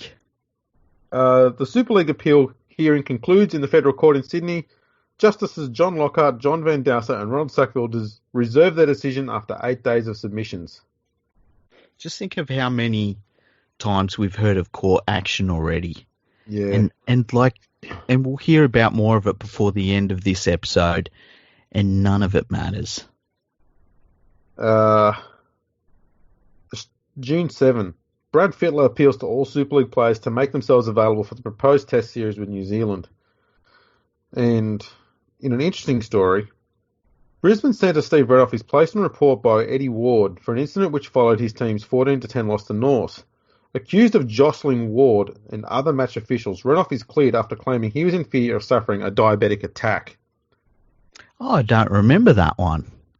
Yeah, and it wasn't a lie that he came up with. It was a genuine thing, and so he wasn't jostling because he was pissed off with him. He was just trying to get himself medicated. Yeah, that's interesting. June 9, the Sun Herald claims any Australian player who declines the green and gold jersey will be in danger of a lifetime selection ban. We know what lifetime bans mean in rugby league. Yeah, about 6 weeks. Yeah. June 10, the New Zealand Super League players who opt out of playing in the proposed Trans-Tasman Test Series could be banned from future international matches. And the biggest news of the year, Dale Shearer is recalled to the Queensland side for the third State of Origin match. Well, I mean, he's always ready. He's still ready to rock and roll. Dale Shearer, rowdy. And he'd still be one of the best on the field. He probably would be. Just does not age. I bet he would be weirdly athletic still. He'd be brilliant. Yeah. I reckon he'd be a better option than Darius Boyd. Okay. Okay. Right. I think you're right. I think I would rather, if he's on the wing for Queensland and it's between him and Boyd, I feel like Rowdy might do something a little bit special that you're not expecting, where I don't think Boyd could do that. I'm taking Rowdy. Yeah. Yeah. Loved him. Like Cliff Lyons. He's ready to go. Yeah. He's always got the boots there. Yeah. Would you take Cliff Lyons over Josh Reynolds? In the halves for the Tigers? I think you'd do better. Why not? Why not? June 11. South accept a $6 million lifeline from South Juniors. $6 million. Whoa. June 12. New Zealand Rugby League are seeking a court injunction to prevent the ARL from staging an international series involving a rebel New Zealand side. Rebel New Zealand official Peter McLeod claims all Super League aligned Australian players had agreed to play in the ARL's proposed series. The next day, NZRL chairman Graham Carden denies his organisation had paid Kiwi players not to take part in the proposed test series. June 14, New Zealand League is planning to ban any player who makes himself available for the Trans-Tasman series until the end of the century. Oh my God. They're just so irrelevant, the New Zealand Rugby League. That's never changed. Manly veteran Des Hasler has been approached by English rugby union club Leicester. Oh, wow, that's an interesting one. Yeah.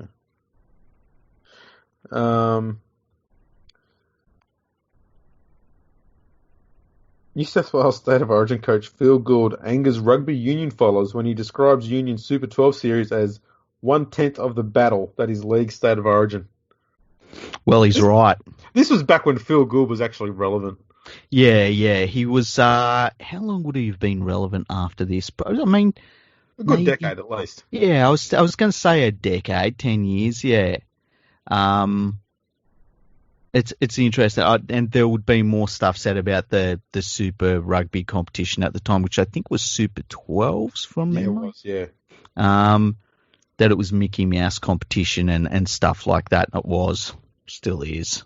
June 17, under threat of suspension by the NZRL, the first ARL-aligned Kiwis declared themselves unavailable for the proposed Trans-Tasman Test Series. They must have been really keen on having these tests against New Zealand because they needed the money, I guess. Pretty much. June 18, 8 Super League aligned players selected in the Australian team to play New Zealand advised the ARL they will not play in a match not sanctioned by the NZRL and which does not contain the best New Zealand players. And they were Andrew Eddinghausen, Brett Mullins, David Furner, Steve Walters, Steve Renoff, Laurie Daly, Glenn Lazarus, and Wendell Saylor. Ah, that's an interesting one. More PR bullshit from Super League? Pretty much, yeah. June 19, the ARL abandons the first of 2 proposed matches against a New Zealand All Golds team and expresses doubts about the prospects for a second. The NZ League launches legal action aimed at preventing the Trans-Tasman Series being billed as tests. And you and me have talked about this. The flimsiness of what is actually a test match and regarded officially as a test match. There's not actually a real official line that dictates what is a test and what isn't. June 21. June 21. Two good ones here. The ARL announced a new look test lineup to play a Rebel Fijian side in Newcastle. The 17-man squad contains no Super League aligned players. And more amusingly, David Campese hits back at criticism of Rugby Union Super 12 series by Blues coach Phil Gould by claiming that Rugby League is dying. Okay. Well, technically we're all dying, David. But, yeah, it's once again, yes, Rugby Union person, just fucking add it to the pile of Rugby League's dying. Yeah. Oh, that's good. June 23. Kerry Packer has withdrawn his multi-million-dollar lifeline to the South Sydney club. June 25, ACT bookmaker Colin Tidy will create a first by fielding bets on site at Bruce Stadium when Canberra play the Roosters on June 29. I wonder how he's legally allowed to do that. The Fijian Prime Minister has written to 200 Fijian players urging them to boycott the proposed test match against Australia. Oh, man. June 26, 90% of players polled by Rugby League Week believe the current 20-team competition should be streamlined. The ARL abandoned plans to play a match against the New Zealand All Golds. June 27, All Golds manager Peter McLeod says he expects to be banned for 10 years by the NZRL over his involvement in the ill-fated test series with Australia. The ARL on June 28 pushes ahead with plans to stage a test against the NRL of Fiji, despite a split in the ranks of the rebel Fijian body. Yeah, it's weird that Fiji had a Super League war. An MRI scan on Parramatta prop Adam Ritson reveals a cyst on the brain. The scan was ordered after a high tackle by Canberra prop John Lomax. Now, I was at that game, and I remember I was sitting on the hill at Parramatta Stadium. I remember seeing the tackle. It was a bad tackle. It was a real bad tackle. And they did scans and found a cyst on his brain, and that was the end of his career. Adam Ritson at the time was a very highly paid front rower. He was seen as one of the, the best young players in the game. Yeah, he was on the verge of test selection. He was only probably 18 or 19 at the time. Yeah. And it was, in some ways, it was lucky that they found it, but it was tragic, the outcome of it all. And at the time, unfortunately, the way that it was written up by the media, they were saying that the shot actually caused the brain injury, and it just wasn't the case. It was the scans that they took as a precaution found that he had this cyst on his brain, and it was a rotten thing to happen. But it's interesting because I remember being at that game and seeing that hit, and everyone's screaming for him to go off, to be sent off. And it was it was a terrible hit. All my friends were Parramatta fans at the time, so we'd go to Parramatta games and Penrith games and everything. So yeah, I was at that game. It's an interesting one. The next one, and this one is one that's something very close to where I grew up. Mm-hmm. Parramatta announced the signing of a 13-year-old schoolboy from Tumbarumba, Barney Hazlitt. He went to the same school I did. He was two grades below me. Oh, really? And I was in the same class as his brother. Oh, okay. He appeared on the Footy Show, and his mother, I think she had a good relationship with Les Cleal. Mm-hmm. Les Cleal was I think he was the recruitment guy or something like that, or talent scout for Parramatta. Mm-hmm. And Les had played for the brother of Noel Cleal. He played for Tumbarumba back in the 80s. Okay. And they were just family friends. And so I think she helped get him get picked up there. He was a very good player.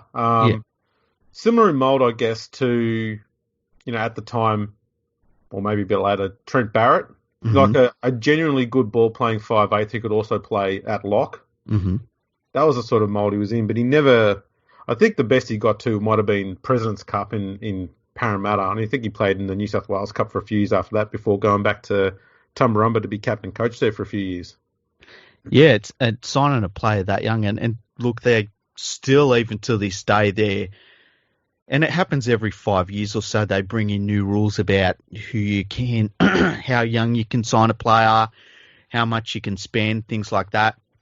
I don't think it'll ever change that rugby league clubs get players that are young on contract, but 13 is very young. You just never know. Yeah. Same day, Kevin Neal claims that poor refereeing is costing his club 5,000 supporters every week. That's some pretty epic refs faulting right there. Yeah, that's pretty good. It has nothing to do with the fact that he doesn't have a halfback or a lock anymore. The Fijian Rugby League General Manager announces plans to stop the proposed Fiji-Australia Test match through the courts. Ken Arthurson reveals he will step down to a non-executive position, clearing the way for John Quayle to step into the top job. July 3, Fiji Rugby League drops legal action aimed at preventing Australia's Test match against the National Rugby League of Fiji. I wonder why they dropped the court action. They probably found out how much it was going to cost. Probably. July 4, the ARL announced they will withhold more than $1.2 million in television payments from clubs because of the Super League war. The ARL asked Raiders chief Kevin Neal to show cause why he shouldn't be fined $10,000 for criticising referees. It's crazy that they actually, wouldn't they just fine him straight away? I'd have thought they would have, but this is a weird thing.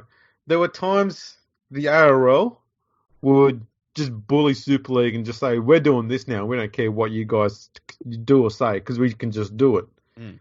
And then every time that happened, there'd be another time where they go, we better be gentle with them. Yeah. And they'd pull back an awful lot and give them a little bit of leeway. And you'd see it in weird things, like it'd be in the media. It'd be something like this with one of the bosses. It'd be at the judiciary. One player would get suspended for, a bit longer than normal. Another one would get a warning, and they're both the same sort of thing. And yeah, it's just this weird sort of back and forth going on. It's really crazy. Fiji coach Noel Cleal promises to shave his beard if his team beats Australia in the one-off test. Think he was safe. Yeah, he's kept the beard. July 5, South Juniors announced they will make a $1.5 million grant to the South Sydney Rabbitohs for the next 3 years. Parramatta announced the signing of coach Brian Smith for $97 and $98 and a deal reportedly worth $600,000. It's a good move. It was.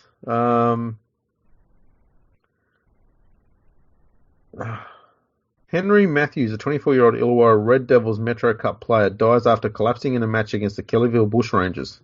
Oh, jeez, I don't remember that one. I do remember that one because there was another incident, I think, in the UK, might have been France, another similar sort of one.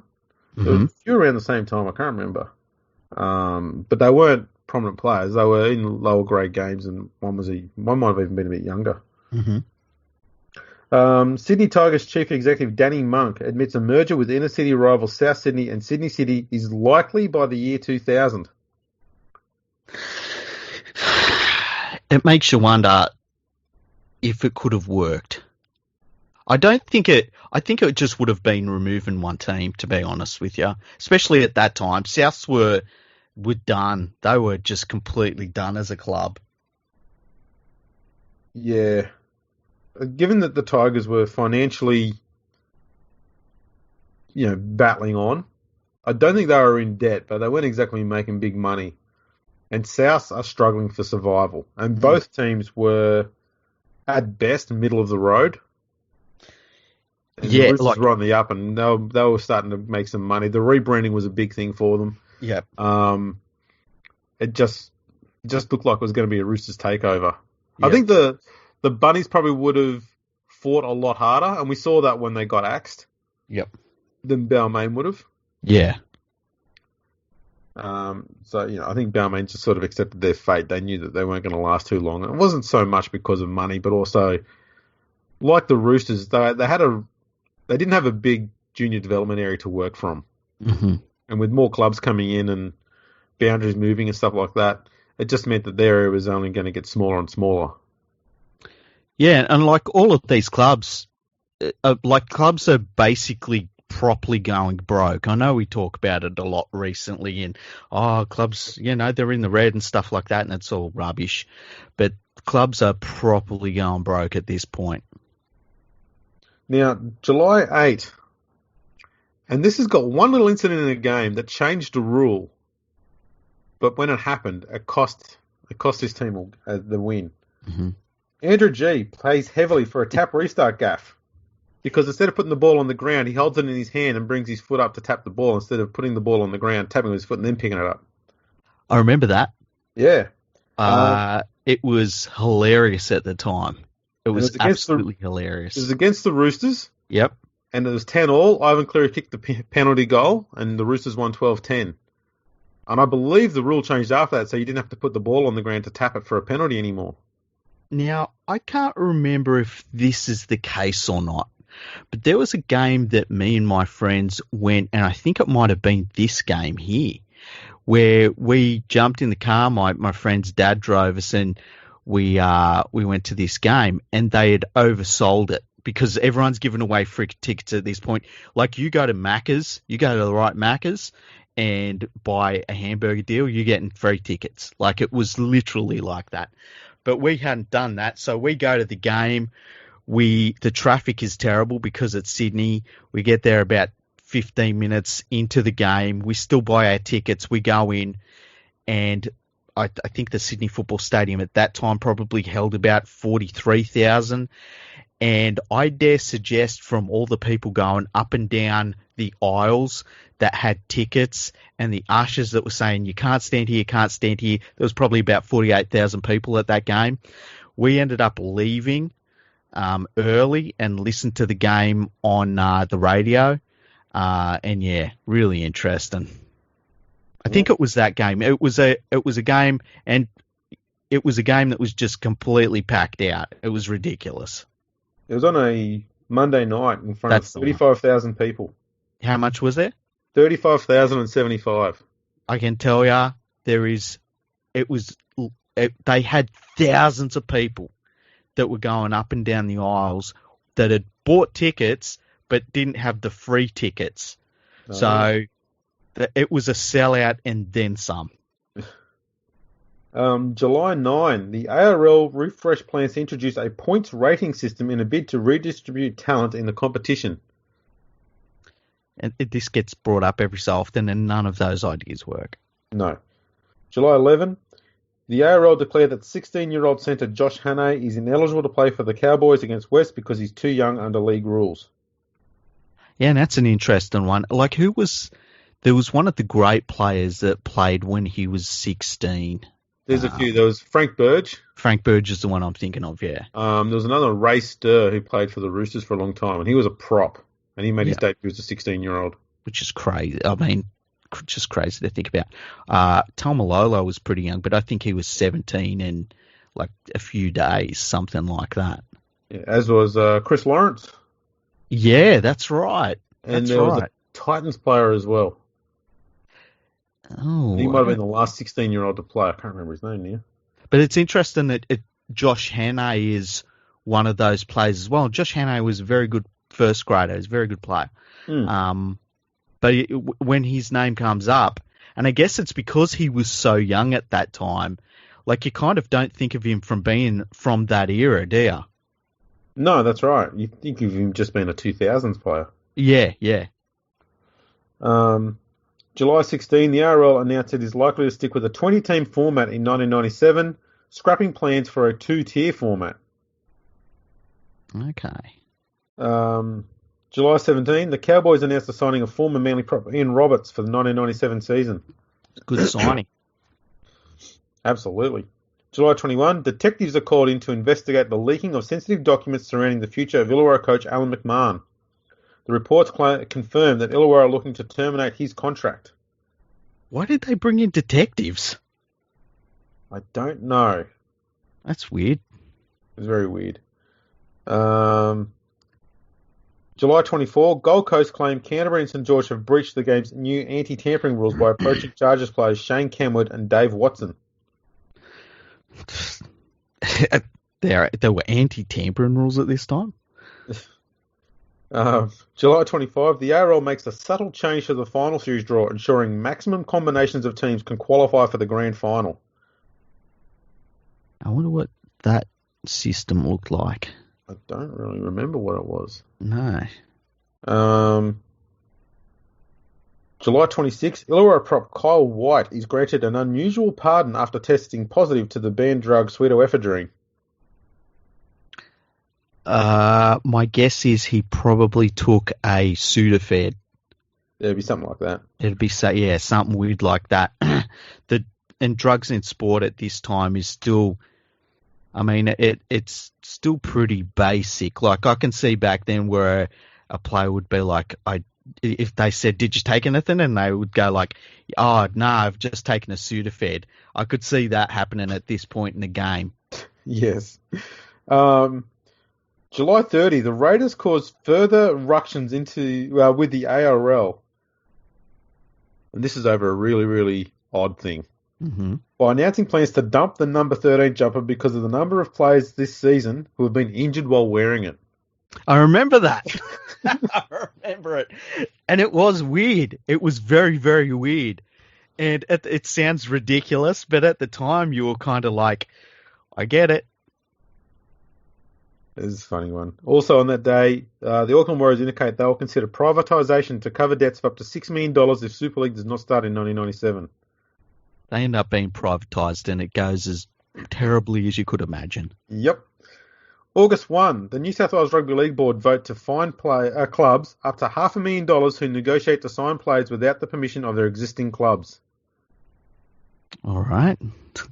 It's weird that they've got all of these rules that are still in place about anti-tampering for players and stuff when, like, none of it matters. Everyone's tampering with everything. The ARL denies it has cash flow problems after deferring grants for 18 of the 20 premiership clubs. The Crushers and the Tigers are the only clubs to receive mid-season grants of $150,000 because of, in quotation marks, special needs. Special needs. August 2, the Canberra Times reports an alarming slump in crowds could cost the Raiders up to $1 million in lost gate takings in 1996. Yeah. Well, I mean, they had so many injuries. Like, that was the problem with them. Yeah. August 7, the ARL confirmed they are examining a system for registering player managers. Isn't that interesting knowing what's going on lately with that sort of stuff? I don't think a registration system for player managers come in for another, 18 years or something ridiculous like that? Yeah. Also on August 7, Adam Ritson undergoes his 4th surgery in a month to insert a shunt in his head as doctors confirm his career is well and truly over now. Yeah, that's terrible. Because they were having trouble getting rid of that cyst. Yeah. Any hopes for compromise in the long-running ARL Super League war are quashed when Rebel chief executives refused to return to regular ARL meetings. South Queensland officials denied that receivers had moved into the financially troubled club and vowed to remain viable. Here's a name that's coming up here. August 10. The manager of Gold Coast, Captain Dave Watson, who is Sam Ayub, claims the former Kiwi international has come to terms with Canterbury for 1997. Oh, wow. There you go. Sam's been around a while. Mm. August 11. Crushers players demand a meeting with club executives for answers on their futures. August 12. The ARL outlines strict rules to combat rorting of a new $4 million salary cap to be introduced in 1998. It's outrageous to think that they think there's a salary cap. That is so stupid. There are players literally in the game right now, at this point in the game's history, that are on $1 million deals. There was no salary cap. I think the reason why they went with $4 million is they knew that pretty much every Super League club was going to be unable to honour it. There's that possibility, but you think about that Parramatta team. That's true. There was no way. Like, that wouldn't have even paid for their back line. Even and they the weren't a Roosters, back line full of superstars either. I'm just saying, like... even the Roosters, because, I mean, Brad Fittler wouldn't have been cheap. No, I dare say... He would have taken up nearly 20% of their salary cap. Yeah, I would say there would have been some players, and I would have thought a Brad Fittler, a Laurie Daly, probably Ricky Stewart and Alan Langer, players like that, on what they were probably earning around this time in their careers, might be the highest paid player in the NRL now. Yeah. Oh, it's crazy. The New South Wales Rugby League Board reject a request from the South Queensland Crushers for a $1 million grant or loan. How funny is it that they've said they're not in receivership, receivers aren't there, everything's fine, and now they're like, we could use $1 million though. Yeah. Like, you know, just in case shit happens. You know, electricity bill come in. That's what Yeah, it is. yeah. It could go up. You know, we've got some neon lights and stuff. Yeah, you know, rego, rates, it all comes in at the same time, but there's nothing to see here. Everything. Yeah. The water bill might be a bit high. We had the showers on. Yeah. Yeah. August 13. The Daily Telegraph reports that the proposed salary cap will almost certainly be challenged in court by players who face pay cuts. There you go. I think I nailed that one before I even read it. Yeah. How about the fact that they were going to have they wanted to put a salary cap in place. Forget that it's the most ridiculous time in the game's history to be talking about having a salary cap. But they were going to put a salary cap in place without a collective bargaining agreement. I know. So stupid. 3 days after South Queensland revealed there's nothing to see here, we're all sweet. They formally appoint voluntary administrators to help the club overcome debts of $3 million. Oh, I love rugby league. Oh, my goodness. Sydney Cricket Ground Trust Chairman Sir Nicholas Shahadi organises a meeting between officials from the Roosters, the Bunnies and the Tigers to discuss the formation of an inner city super club. The next day, reports that relocation in Melbourne is the preferred option of the Sydney Tigers if News Limited is successful in its federal court appeal. Now, you're a Tigers fan. Yeah, I remember that one. What would you have thought if the Tigers had have moved to Melbourne? I can tell you at the time, I would not have given a hoot because I didn't live in Sydney. Okay. But it didn't matter to me where they played. So long as they still existed, I would have been happy. Okay. But looking back on it, there's no chance it would have worked. Why not? Because the Balmain fan base back then was almost entirely located in and around that Balmain region. Mm-hmm. And so they would have had no supporters going to games down here in Melbourne because Melbourne, while they had been pushing for a team for quite a few years up to this point beforehand, it was to have their own team. It wasn't about getting a relocated team. Yeah. From the best that I recall anyway. So I don't know that, especially given the attitude between Victorians and New South Welsh people, I don't think that a Sydney team based in Melbourne would have had any support from the locals here. And it wouldn't have been able to get any support from the diehard fans that were living in Sydney because it's in another state. Yeah. I got to say, I think that a team called the Melbourne Tigers would go well. What could go wrong? Yeah. I think the other reason too is there was. I've got to find facts on this one. I've got this belief that if a team accepted either a name change, a merger, or a relocation, they would get a automatic cash grant from the ARL. And I think that's part of the reason why the Dogs, the Roosters, and the Tigers all changed to Sydney, and they played out of Parramatta Stadium. I think it was a kind of a workaround, that whole thing, to get money from the ARL. But I've got to find evidence of that. It's just this idea I had in my back of my head that I heard it somewhere. So I've got to try and find out about that. See, I know when the competitions merged back together, they did offer pretty substantial grants if you did move to a new area, or if you merged as well. And the clubs that merged and stuff, they burnt through that money like immediately. And it was a lot of money. I think it started off at $8 million and then went to 10. And by the time it went up to 12, no one went with the 12. But if you merged, you got, I think it was 8 million. And as I said, the merged entities burnt through it immediately. It was supposed to be for a future fund. They just killed it. But I know with a lot of the name changes with Sydney clubs at that time, there was a feeling that there was going to be a rationalisation. And there was a lot of talk at the time that, you needed X number of teams in Sydney and stuff like that. And so a lot of teams started to manoeuvre themselves to try and be the Sydney team, or to be at least at the centre of what would end up being a rationalised team. And it really didn't work out for any of them. Like, a lot of them changed their names and didn't change back. The Sydney Roosters are really the only one that sort of stuck with it. But I think it was more along those lines, that they wanted to be seen as being the rationalised Sydney club.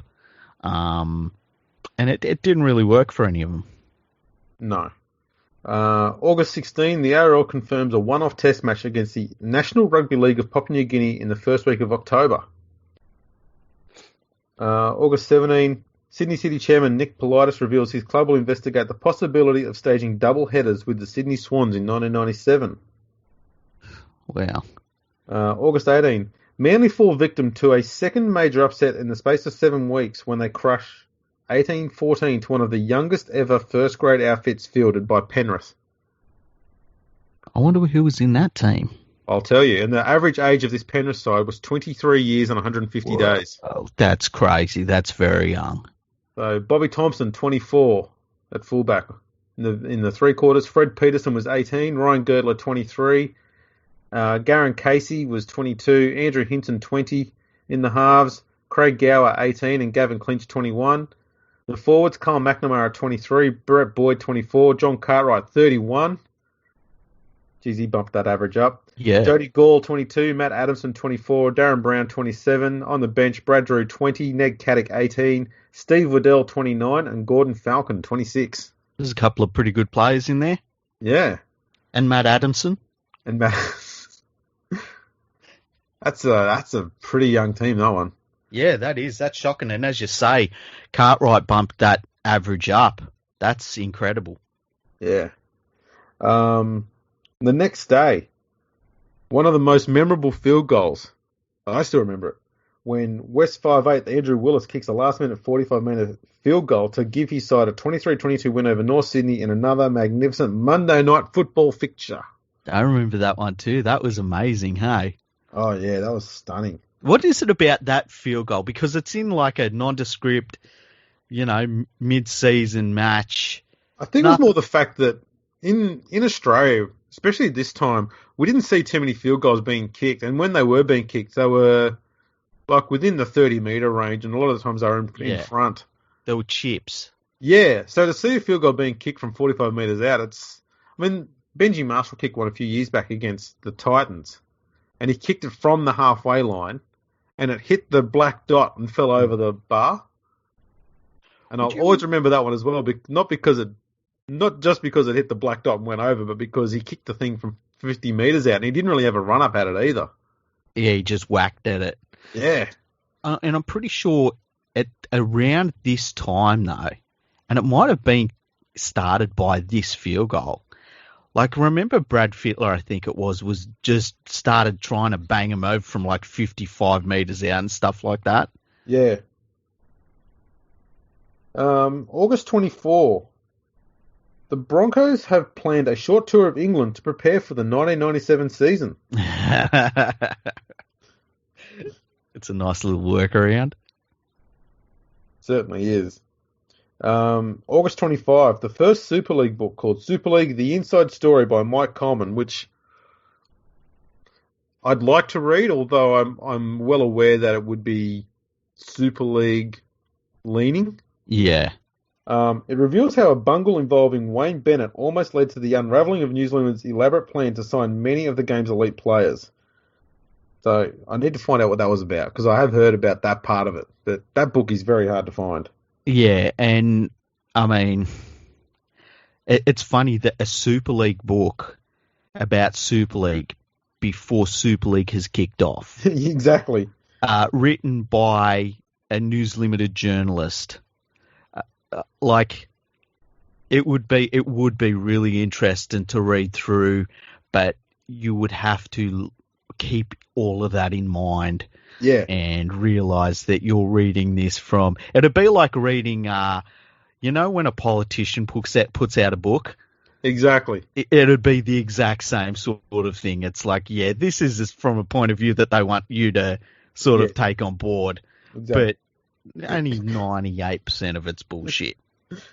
The ARL inject $450,000 into the Crushers to enable them to field a team for the remainder of the season. That's purely just to pay the players' wages. Yeah, that's insane. Wow. In a surprising public outburst, Chris Anderson lashes out at the recruitment policy of fellow Super League club, the Brisbane Broncos, in an ABC radio interview. And, this is what I was referring to earlier. 2 players died in separate incidents in junior league matches in Sydney. Wow. And I remember something like that was going on there. August 26th, Solomon Hormono is ruled out for the season after cutting himself on glass in a domestic accident. I don't remember that one. Solomon Hormono was a very good player around this time. He was a very, very big hitter. He could smash people. And for his size, he was very mobile as well. As we see, his career is taken right off the rails later on. But, yeah. He was getting towards being a star, really. He was, yeah. And the one thing I remember most about him, I'm going to say it, was his relationship with Gabrielle Richards, who was known as the Body. The Pleasure Machine. And that one as well, there you go. Yeah. Yeah. August 28, Ken Arthurson expresses disappointment in Kerry Packer for an absence of visible support for the establishment over the course of the 1996 season. Can I say this? That's what the money's for. Spoken like Packer would have wanted to be said. Yeah. South Queensland supporter Kevin Seymour offers $1,000 per player if the Crushers can beat Canberra in the club's final match of the year. That was a sound investment because you didn't have to spend any money. Yeah, that was pretty good. Can you imagine if a coach said that now? The absolute crisis that it would be turned into, because people would be like, how does that work with the salary cap? I bet that's happening all the time, blah, blah, blah. It'd be crazy.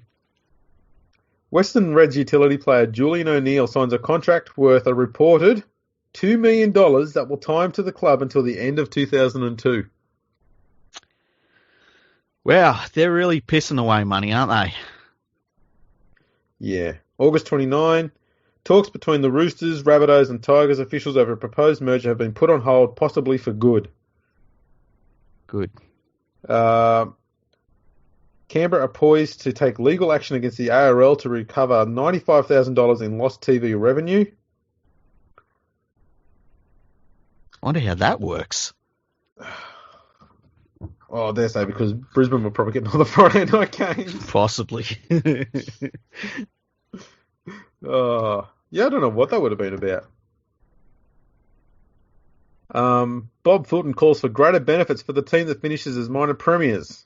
Of course he says that because he was the coach of Manly and they just became minor premiers. Shock horror. The Gold Coast Chargers are given a rock-solid guarantee over their future in the competition for 1997, at least. Well, that's nice. September 2, Canberra Raiders and the ARL relations sour further when the Raiders refused to attend the Rothmans medal presentation at the end of the year. September 3, Ken Arthurson admits that the ARL is under financial pressure but denies it is broke. Ricky Stewart calls on forces on opposing sides of the ARL Super League fence to fix it or there'll be nothing left to fix. It's a good thing you were helping all those times, all those comments you made, Ricky. Yeah, it's an interesting one, isn't it?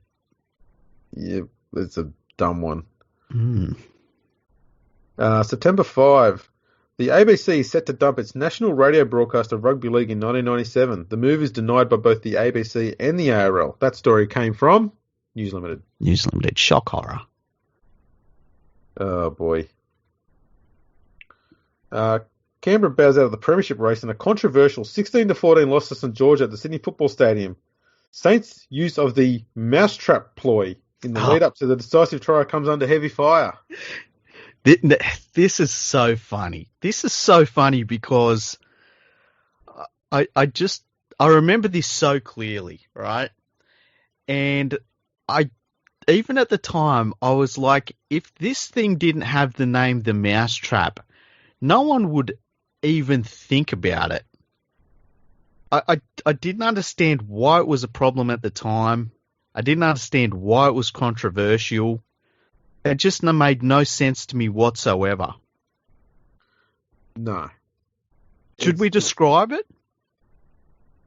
Yeah, go for it. So, basically, you've got to play the ball. The player plays the ball.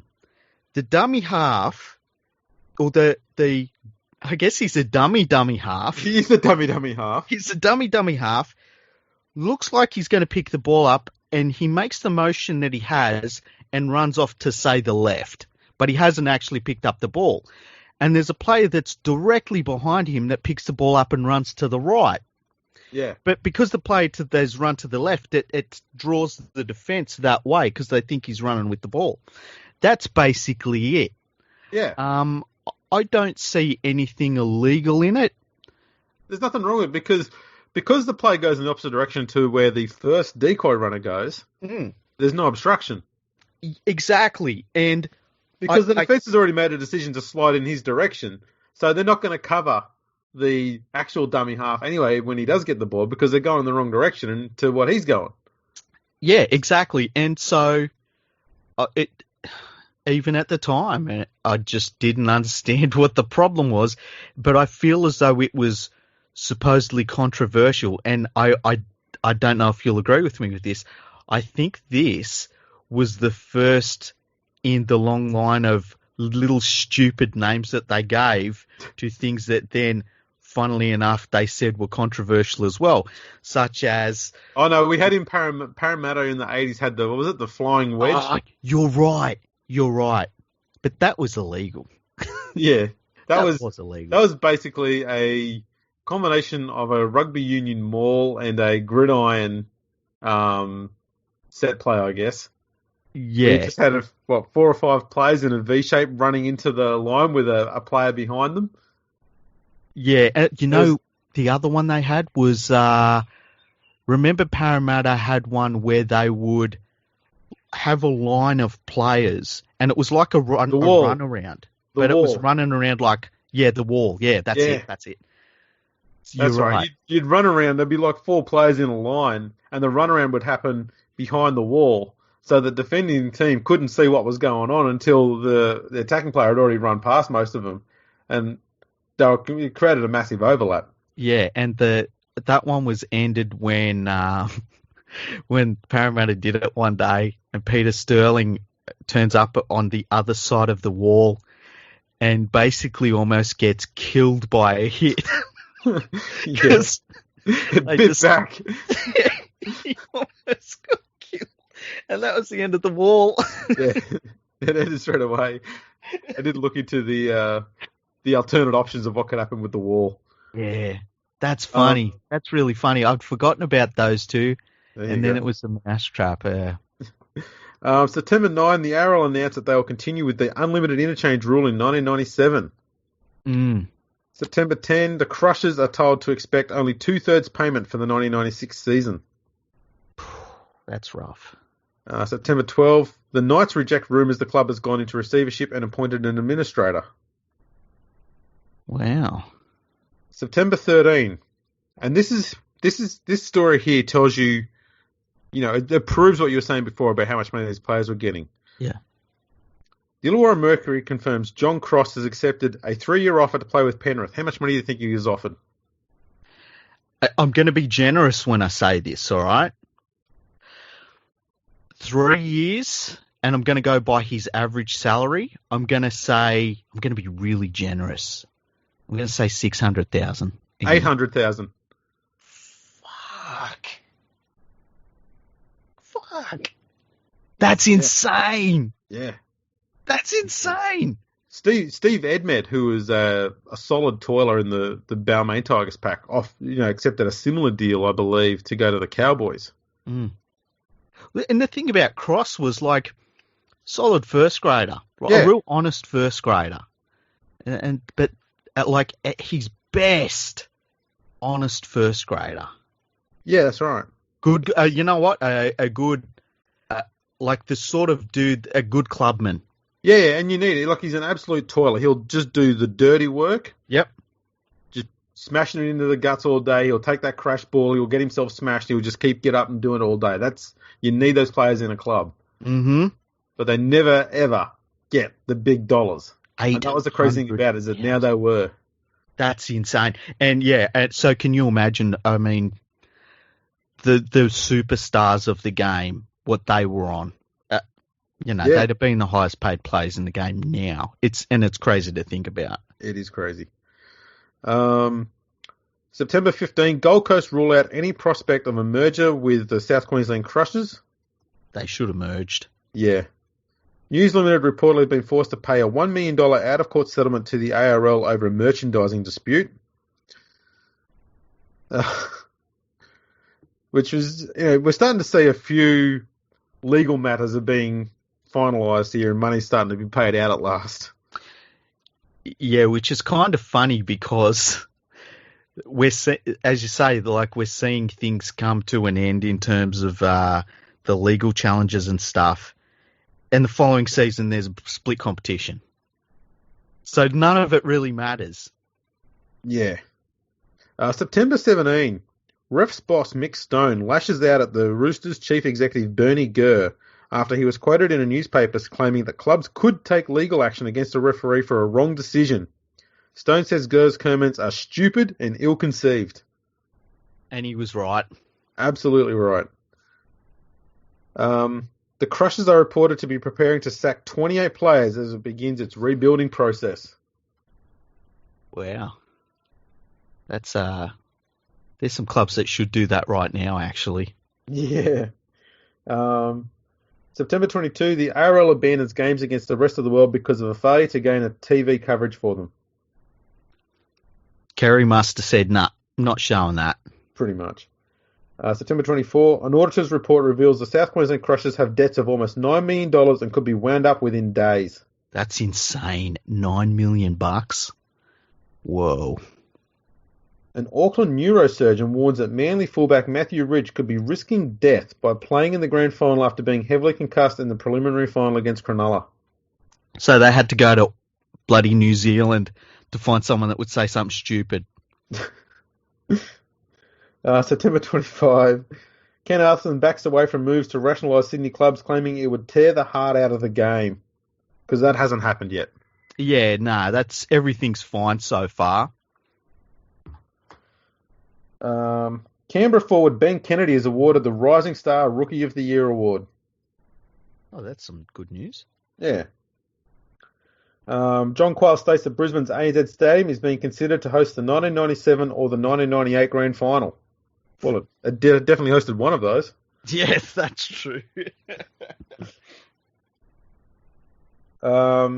September 26th, Adam Ritson fights for his life at St Vincent's Hospital after 14 bouts of brain surgery. Whoa, 14. Far out. It's insane. How he survived is an absolute miracle. It really is. September 27th, speculation intensifies that a decision in the Federal Court appeal is imminent. Well, that's good news. Yeah. So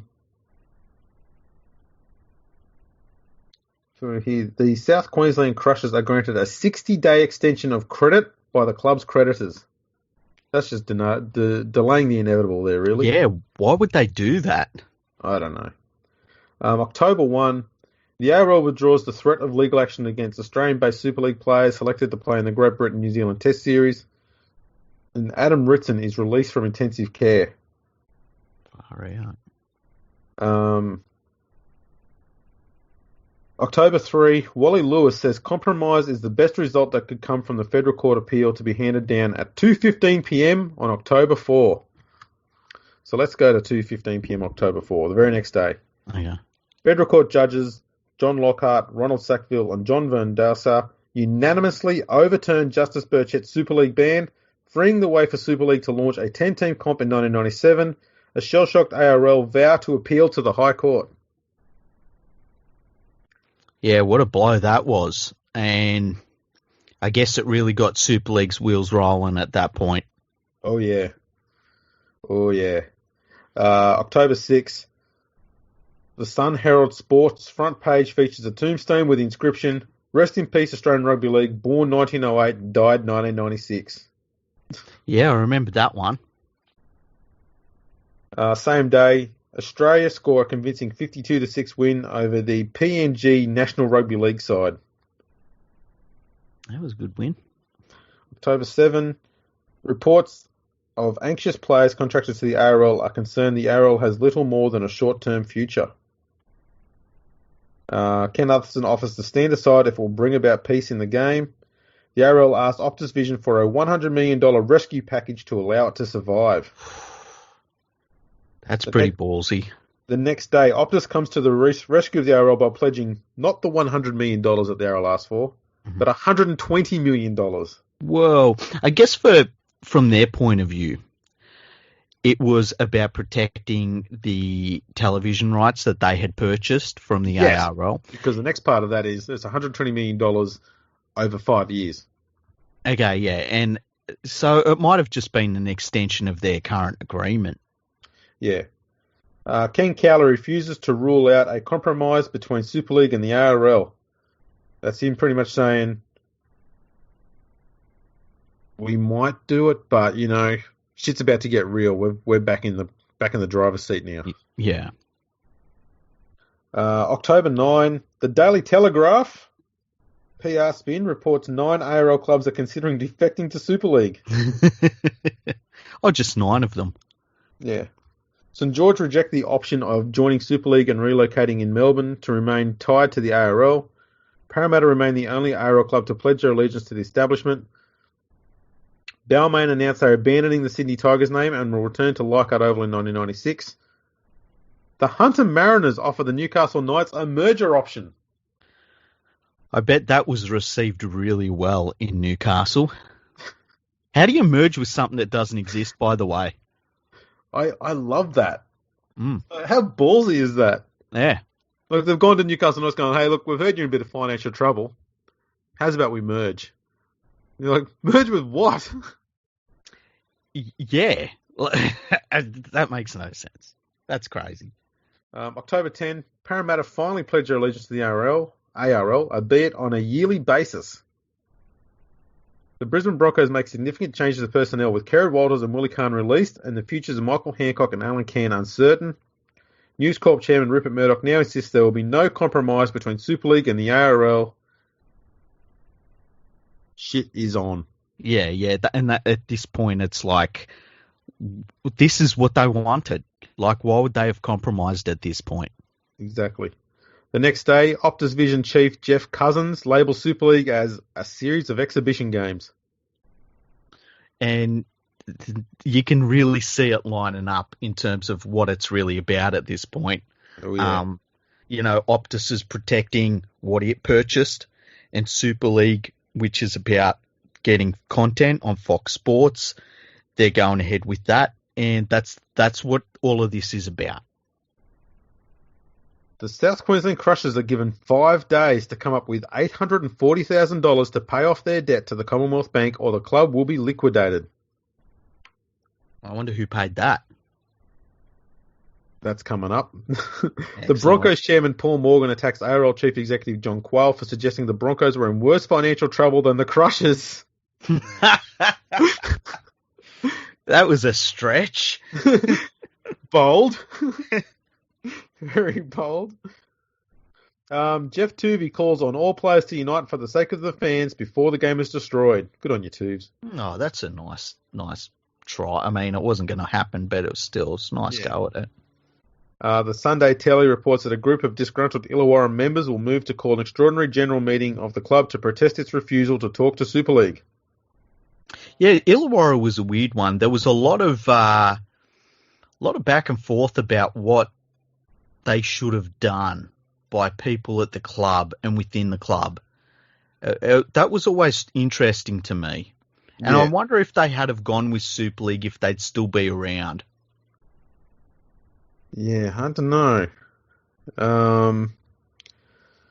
Also on October 13, with just 3 days left to go before their deadline expires, Crushers chairman Dick Turner says that their $800,000 debt to the Commonwealth Bank will be paid. Take my word for it. There you go. I wonder how many other creditors at the club were like, what about us, man? Yeah. October 15, reports suggest Super League may switch its proposed 1997 World Cup from Great Britain to Australia. That would have, they didn't end up having a World Cup, but it would have been a smart move, I think. Yeah. Although, you know what? In retrospect, the way that things turned out in 1997, it would have been a financial disaster if they'd done that as well.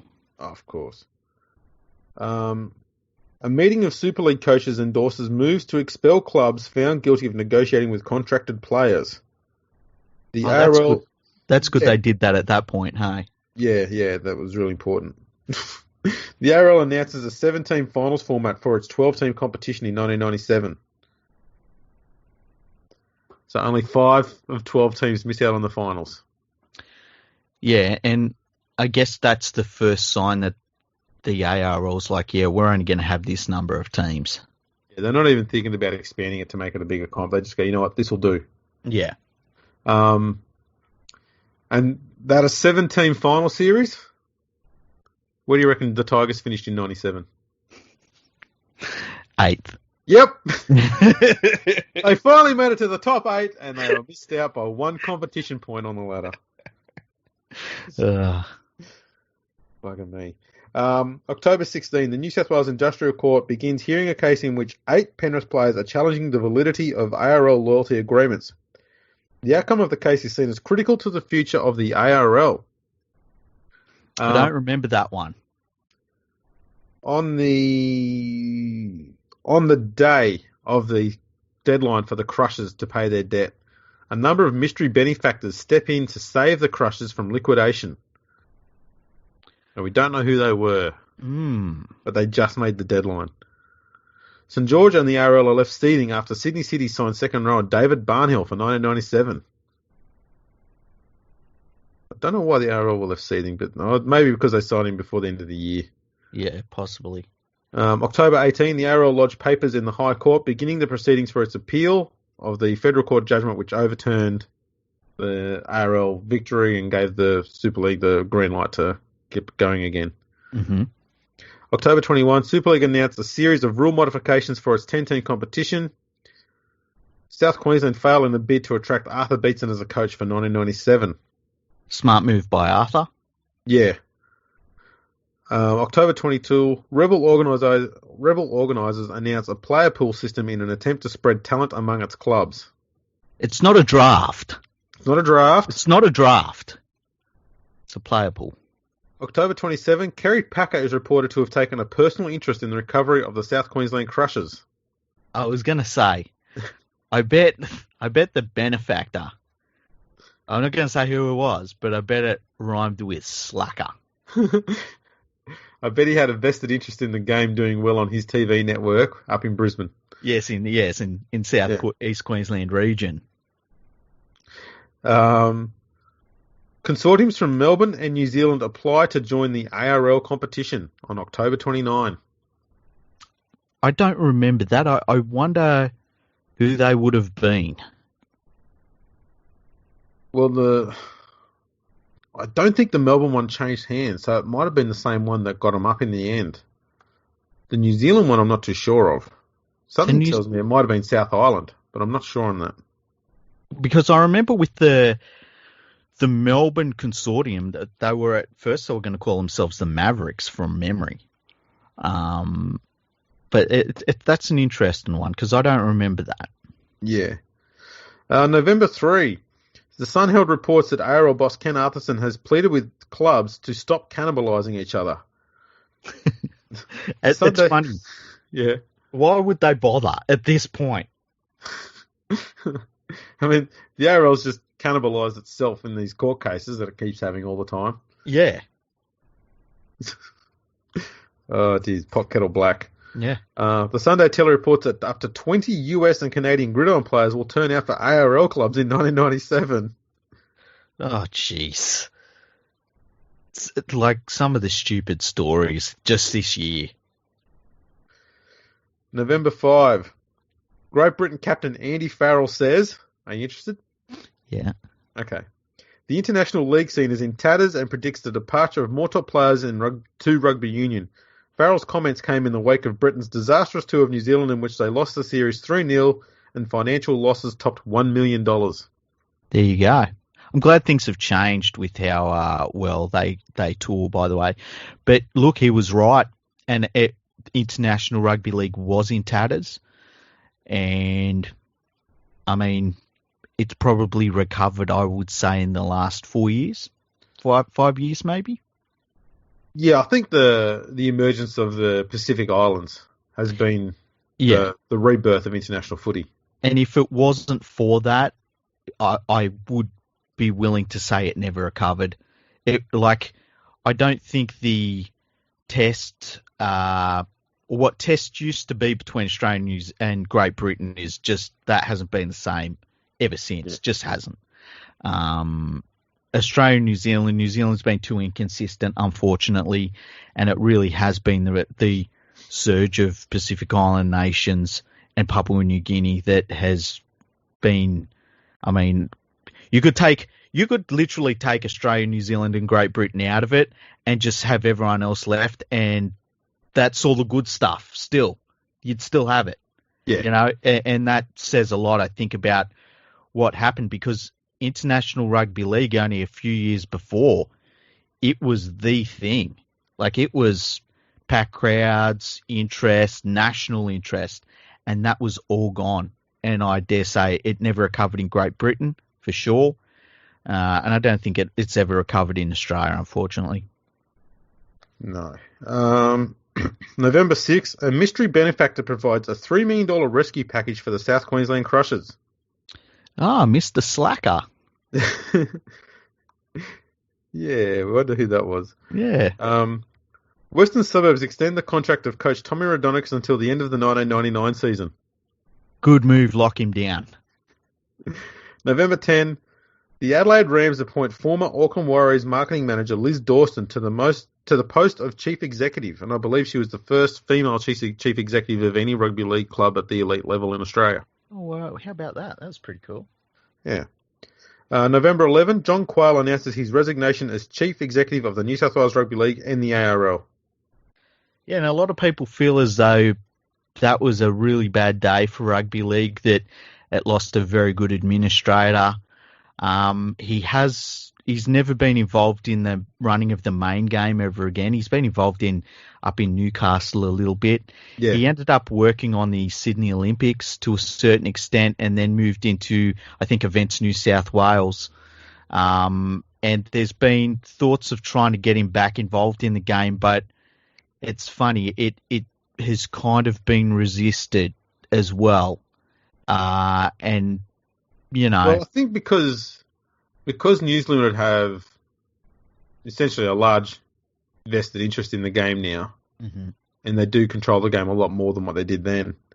I think he knows too that if he came back, there'd be an awful lot of dirty laundry would come out, and he'd be under a lot of attacks, and he just goes, you know what, I don't need this shit anymore. Yeah. As much as he'd be fantastic. I don't blame you for not coming back. Yeah, and I also would say he's probably one of those people that he doesn't need to do it in rugby league, and he's proven that. Yeah. November 14, former Channel 9 executive Ian Frickbird is appointed News Limited's Executive Director, Sports, and takes up a position on the Super League board. The New South Wales Rugby League lose another leading administrator when Tom Bellew announces he will not seek re-election. And Tom Bellew was another very underrated administrator. So that was another one that hurt him a lot. So they lost two big-name admin guys in the space of a few days. Yeah, and something that you will see over the rest of this podcast, and there's not much left in the rest of this podcast, obviously, but going forward into 1997 is so many people leave the ARL board and administration. There is this massive power vacuum, and it's up to just a few people to make stuff happen for the ARL going forward. And they don't really have that institutional knowledge and the experience behind them. And they do a remarkable job considering those facts. I'm not downgrading anything they did. They did exactly what you would have hoped they did. But it's interesting that they had to do that without a lot of the support that a lot of these people that are leaving the game had themselves. Yep. Especially these guys in the late 90s. Yeah. Would have been hellish doing that job. Yep. November 15, the High Court rejects the ARL's bid to gain leave to appeal against the decision of the October 4 decision of the Federal Court. That's just words. Super League Chief Executive John Rebo reiterates the compromise is not on the agenda. November 16, the Sydney Morning Herald runs a display advertisement for the position of Chief Executive of the ARL. Wow. And keep in mind, you step into that role, now you're the one that's sort of at the forefront of all of these, some of the biggest court cases in Australian legal history. Yeah. And they were massive. November 17, the ARL unveils its draw for 1997. And on November 18, Ken Atherton reveals the ARL recorded a loss for the 1996 season. And November 20, so 3 days after the ARL announced their draw, Super League announced their 1997 draw. And Paul Morgan resigns as chairman of the Brisbane Broncos. Oh, that's interesting, that one. Here's an interesting one. And I've been trying to find details of this game. November 24, the Roosters defeat Manly 34-30 in an exhibition game at the Komizawa Stadium in Tokyo.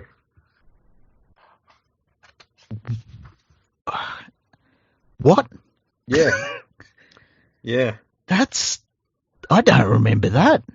I remember it, but I've not been able to find any details of it other than that snippet of information right there. That's absolutely incredible. Yeah.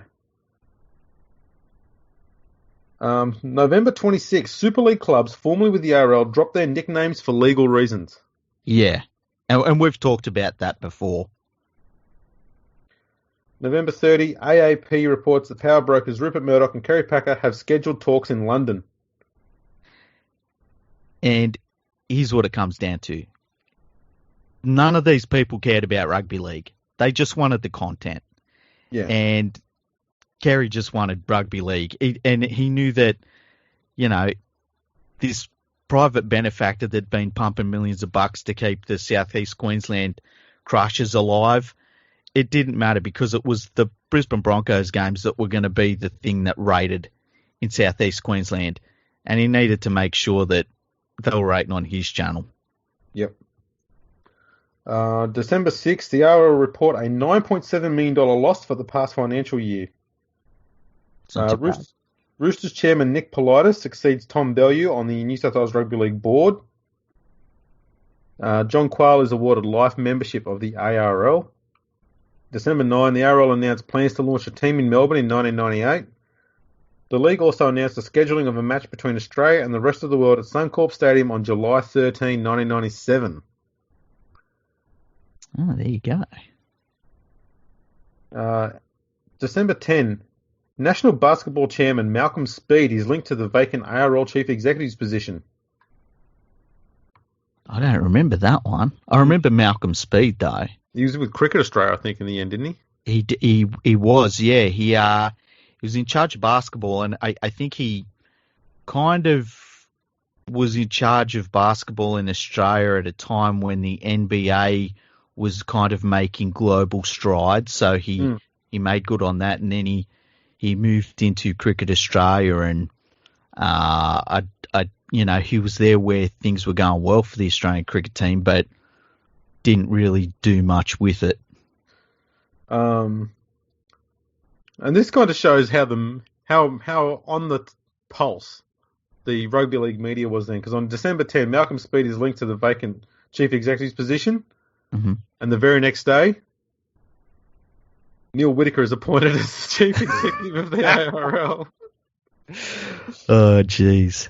Now, Neil Whittaker, he'd be a really interesting man to talk to. Yes. He had a horrible job because, first and foremost, he was only 40 years old when he got the gig. Mm. And he was a former Balmain player. Yep. And one of the things he had to oversee was the merger of Balmain and West. And he did it. And there's a lot of things that people weren't capable of doing that he managed to do. Yeah. And, it was a thankless task. And you look at where he's at now. He now takes over an organization that just lost $10 million. Around half its teams just disappeared. Now there's a direct rival, same sport competition is about to take it on during the season. It's only backed by probably the biggest media entity in the world at the time. They're internationally isolated. There are so many things that are going against them. And he steps into that role, not even to, you think of all the legal stuff that they've got to sort out as well. I think his role in everything, when it's all said and done, has been lost a little bit and is vastly underrated. Yeah, very much so. Especially when you consider that he had to oversee the merger of the two competitions again. And when that was done, he then had to get rid of 8 clubs, essentially. Yeah. Merging clubs, axing clubs. One of them was South. That's a hard call to make. Mm-hmm. Merging North. Anytime you had to merge a foundation club was never going to be an easy task to do. And he had to get 3 of them merged. And then you had to throw in that another very passionately followed club in St. George also had to merge. Yeah, and on top of that, in one off-season, they end up having to basically, by the end of the Super League, Warren, where we've still got a season left of it to go, but by the end of the Super League war, it's like having 2 houses that have been knocked to the foundations with wrecking balls, and they had to rebuild one house out of all of the rubble that was left in the space of a few weeks, and they did it. Yeah, and that was going to be a job where all he was going to receive was hate. Yep. But in hindsight, you can only look back on him and go, how the hell did you manage to do all of that within the space of about 18 months? Absolutely incredible.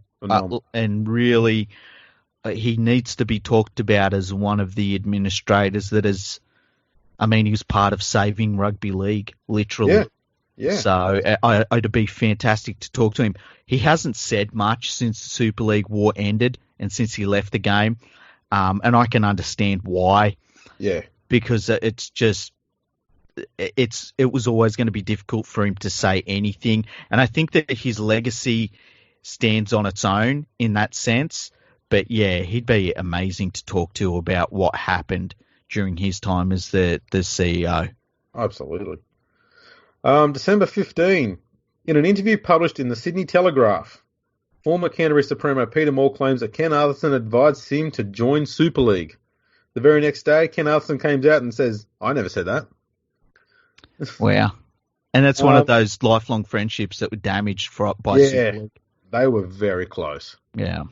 Outgoing ARL Chief Executive John Quayle is appointed to a powerful post on the organising committee for the Sydney 2000 Olympics, in which he will oversee the organisation of venues for the Games.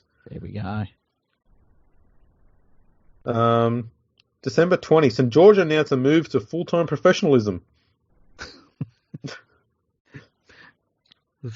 The Dragons. December 21. This is an interesting one. I don't remember this one. By the way, when does that full-time professionalism kick in for the Dragons? Do we know? Yeah, look, I think it's a 40-year plan or something, isn't it? It's still got a few years to go. December 21. Reports that the game's referees are set to take out liability insurance following a court ruling in England in which a rugby union referee was blamed for a player's injuries. Oh, wow. That's really interesting. I've never heard of that one. No. That's very curious, that one. December 22, Ken Arthurson reveals that he may retire in April of 1997. The ARL refused to hand judiciary records over to the Super League. That's just been petty. Yeah, that is. But stuff them. The Sunday Telegraph reports that Phil Gould has approached Roosters management for a $50,000 pay rise. Again, it's just the News Limited people talking about players' salaries in a way to try and make them look greedy. Yep, to undermine them, to attack them personally. It's something they can use. It's gross. Player manager Steve Gillis reveals plans to stage a benefit night for Parramatta prop Adam Ritson, who was recovering from brain surgery. I don't know if that went ahead, and if it did, I don't know how much money it raised, though. Yeah, I can't remember that. And that is the end of 1996. And you know what we didn't talk about? We didn't talk about who won State of Origin. We didn't talk about who won the grand final. We didn't talk about results from test matches. And it was one of those years. It was like the all you remember is the newspapers. Yeah, yeah. The game was played in newspapers in 96 more than ever before. 100%. I know for me personally, it's of all the years I can ever remember of rugby league in my lifetime, that's one that I just have zero interest in. I don't really care about it at all the stuff that happened on the field in 96. It just seems of no consequence. How do you feel about it? Yeah, it's pretty much the same. I don't remember much of what happened on the field. Manly beat the Dragons in the grand final, or was it the Bulldogs? You know what? It was the Dragons, and I only know because I'm looking down at the page. I can't tell you the premiership. I can't tell you the scoreline from it. I believe Queensland won the 95 Origin series. That was with Fatty Vorton's Unknowns. Yep. And in 1996, Wayne Pearce's Unknowns. Wayne Pearce coached New South Wales the year before. But in 96, Wayne Pearce got revenge and won the Origin series. I think it was also 3-0. Yeah, it was 3-0. Yeah, I remember that one just because it was weird that it went 3-0 one way, 3-0 the other way. I actually think I went to one of those. I think I went to the one at Sydney. I think it was at the SFS. And there wasn't a big crowd there. It was a real small crowd. And it was like a last-minute decision where we'd had the day off of school, and we went over to a friend's house to drink. Stupid. And I wasn't a big drinker, so I'd only had a couple of beers, and a couple of my other friends had only had a couple of beers. And one of our other friends turned up and said, "Oh, what are you up to?" And we're like, "Oh, yeah, we've just had a day off school." And they were like, "Oh, we were thinking about going to the State of Origin game tonight." And we're like, "Oh, yeah, let's go." And that's how easy it was to get into an Origin game at that time. Went there, bought tickets at the gate. It if I had to judge the crowd visually, I would say there was maybe 20,000, possibly. And yeah, Justin Morgan was there. He was the one that we brought tickets and sat exactly where our ticket said, and he grabbed us and sort of said, hey, because one of my friends knew him, he said, hey, come over closer to the halfway point, And we felt like we were special because he took us over towards halfway more. So it was a very sad time for the game. Yeah, it was. As I said, it was one where I just don't remember much of what went on the field. I should have been remembering it for, Ellery Hanley's return. Yep. I just don't have much memory of it at all. Manly, I remember some of the footy that went on in 97. I remember going on in 95. 96 is just blank, like I was concussed throughout the whole year or something. It's the exact same thing with me. It's really interesting you say it that way because it's the exact same with me. I can remember 94 to ridiculous levels. 95, there's things that I remember to ridiculous levels. 96, I got nothing. 97, I remember to ridiculous levels. And I guess it was just a case of like you just didn't care about footy. There was so much rubbish going on. It was like, how can I enjoy this?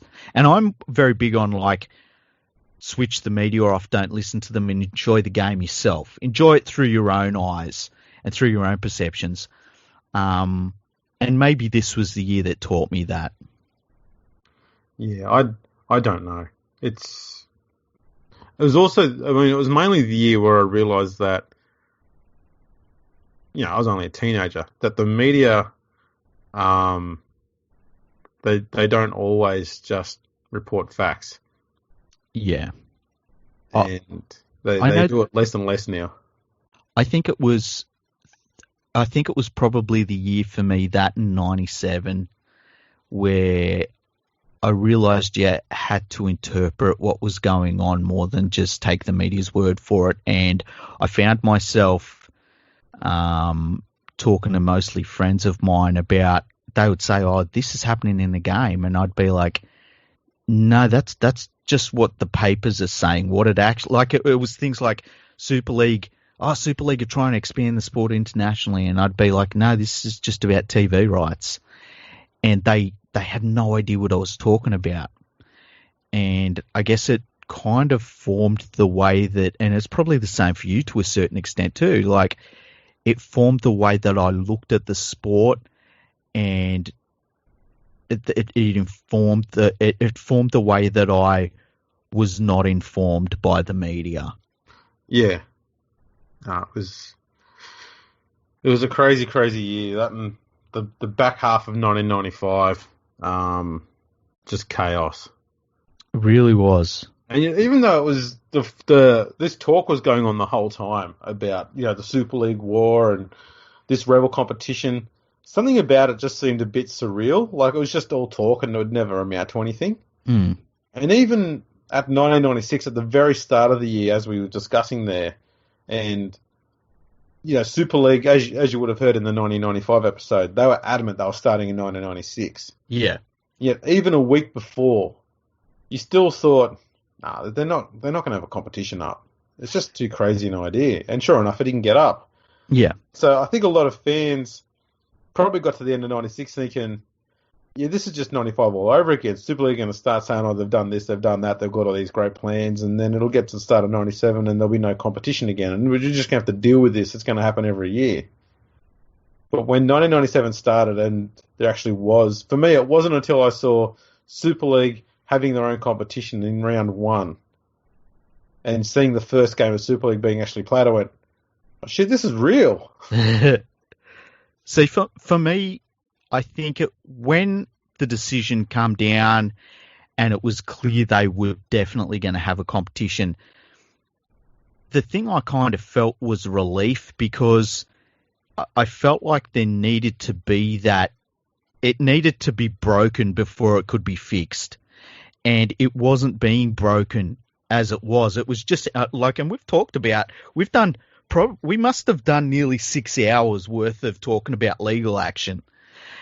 And it needed to be completely broken before the two sides could come together properly and really decide to make things work. And so when the Super League competition did get going, for me there was some relief in that. I wasn't excited about it, but I thought that it needed to happen to a certain extent. And you know, I enjoyed the 1997 season way, way more than 1996, probably 100 times more than 1996. 1997 was actually a pretty special season. We will do an episode on 1997 very soon because I know it's probably the one we've both been most excited to talk about. So we'll be like ready to do it. But we had to do this grind through 1996. I know that it's something we needed to. That was causing the delay. We were so keen to do the 1997. We were going, we've got to do 96. Yeah. And look, you know what? If you've listened this long, you've done great because it's not a fun episode. It's not an exciting episode. There's nothing that we're really sitting here going, oh, I remember this footy game or anything. But it needed to be done. It needed to be put down. And yeah, that's why it's taken us so long because we knew this was going to be a grindy one. Absolutely. So on that note, we'll wrap this one up. Yep. It's gone on for quite a bit. Yep. Thanks for tuning in. You can follow us on Twitter at FergoFreakPod, also on Instagram at FergoFreakPod. We're on YouTube, Facebook, so LinkedIn as well. So get in there, follow us everywhere, and we'll catch you later.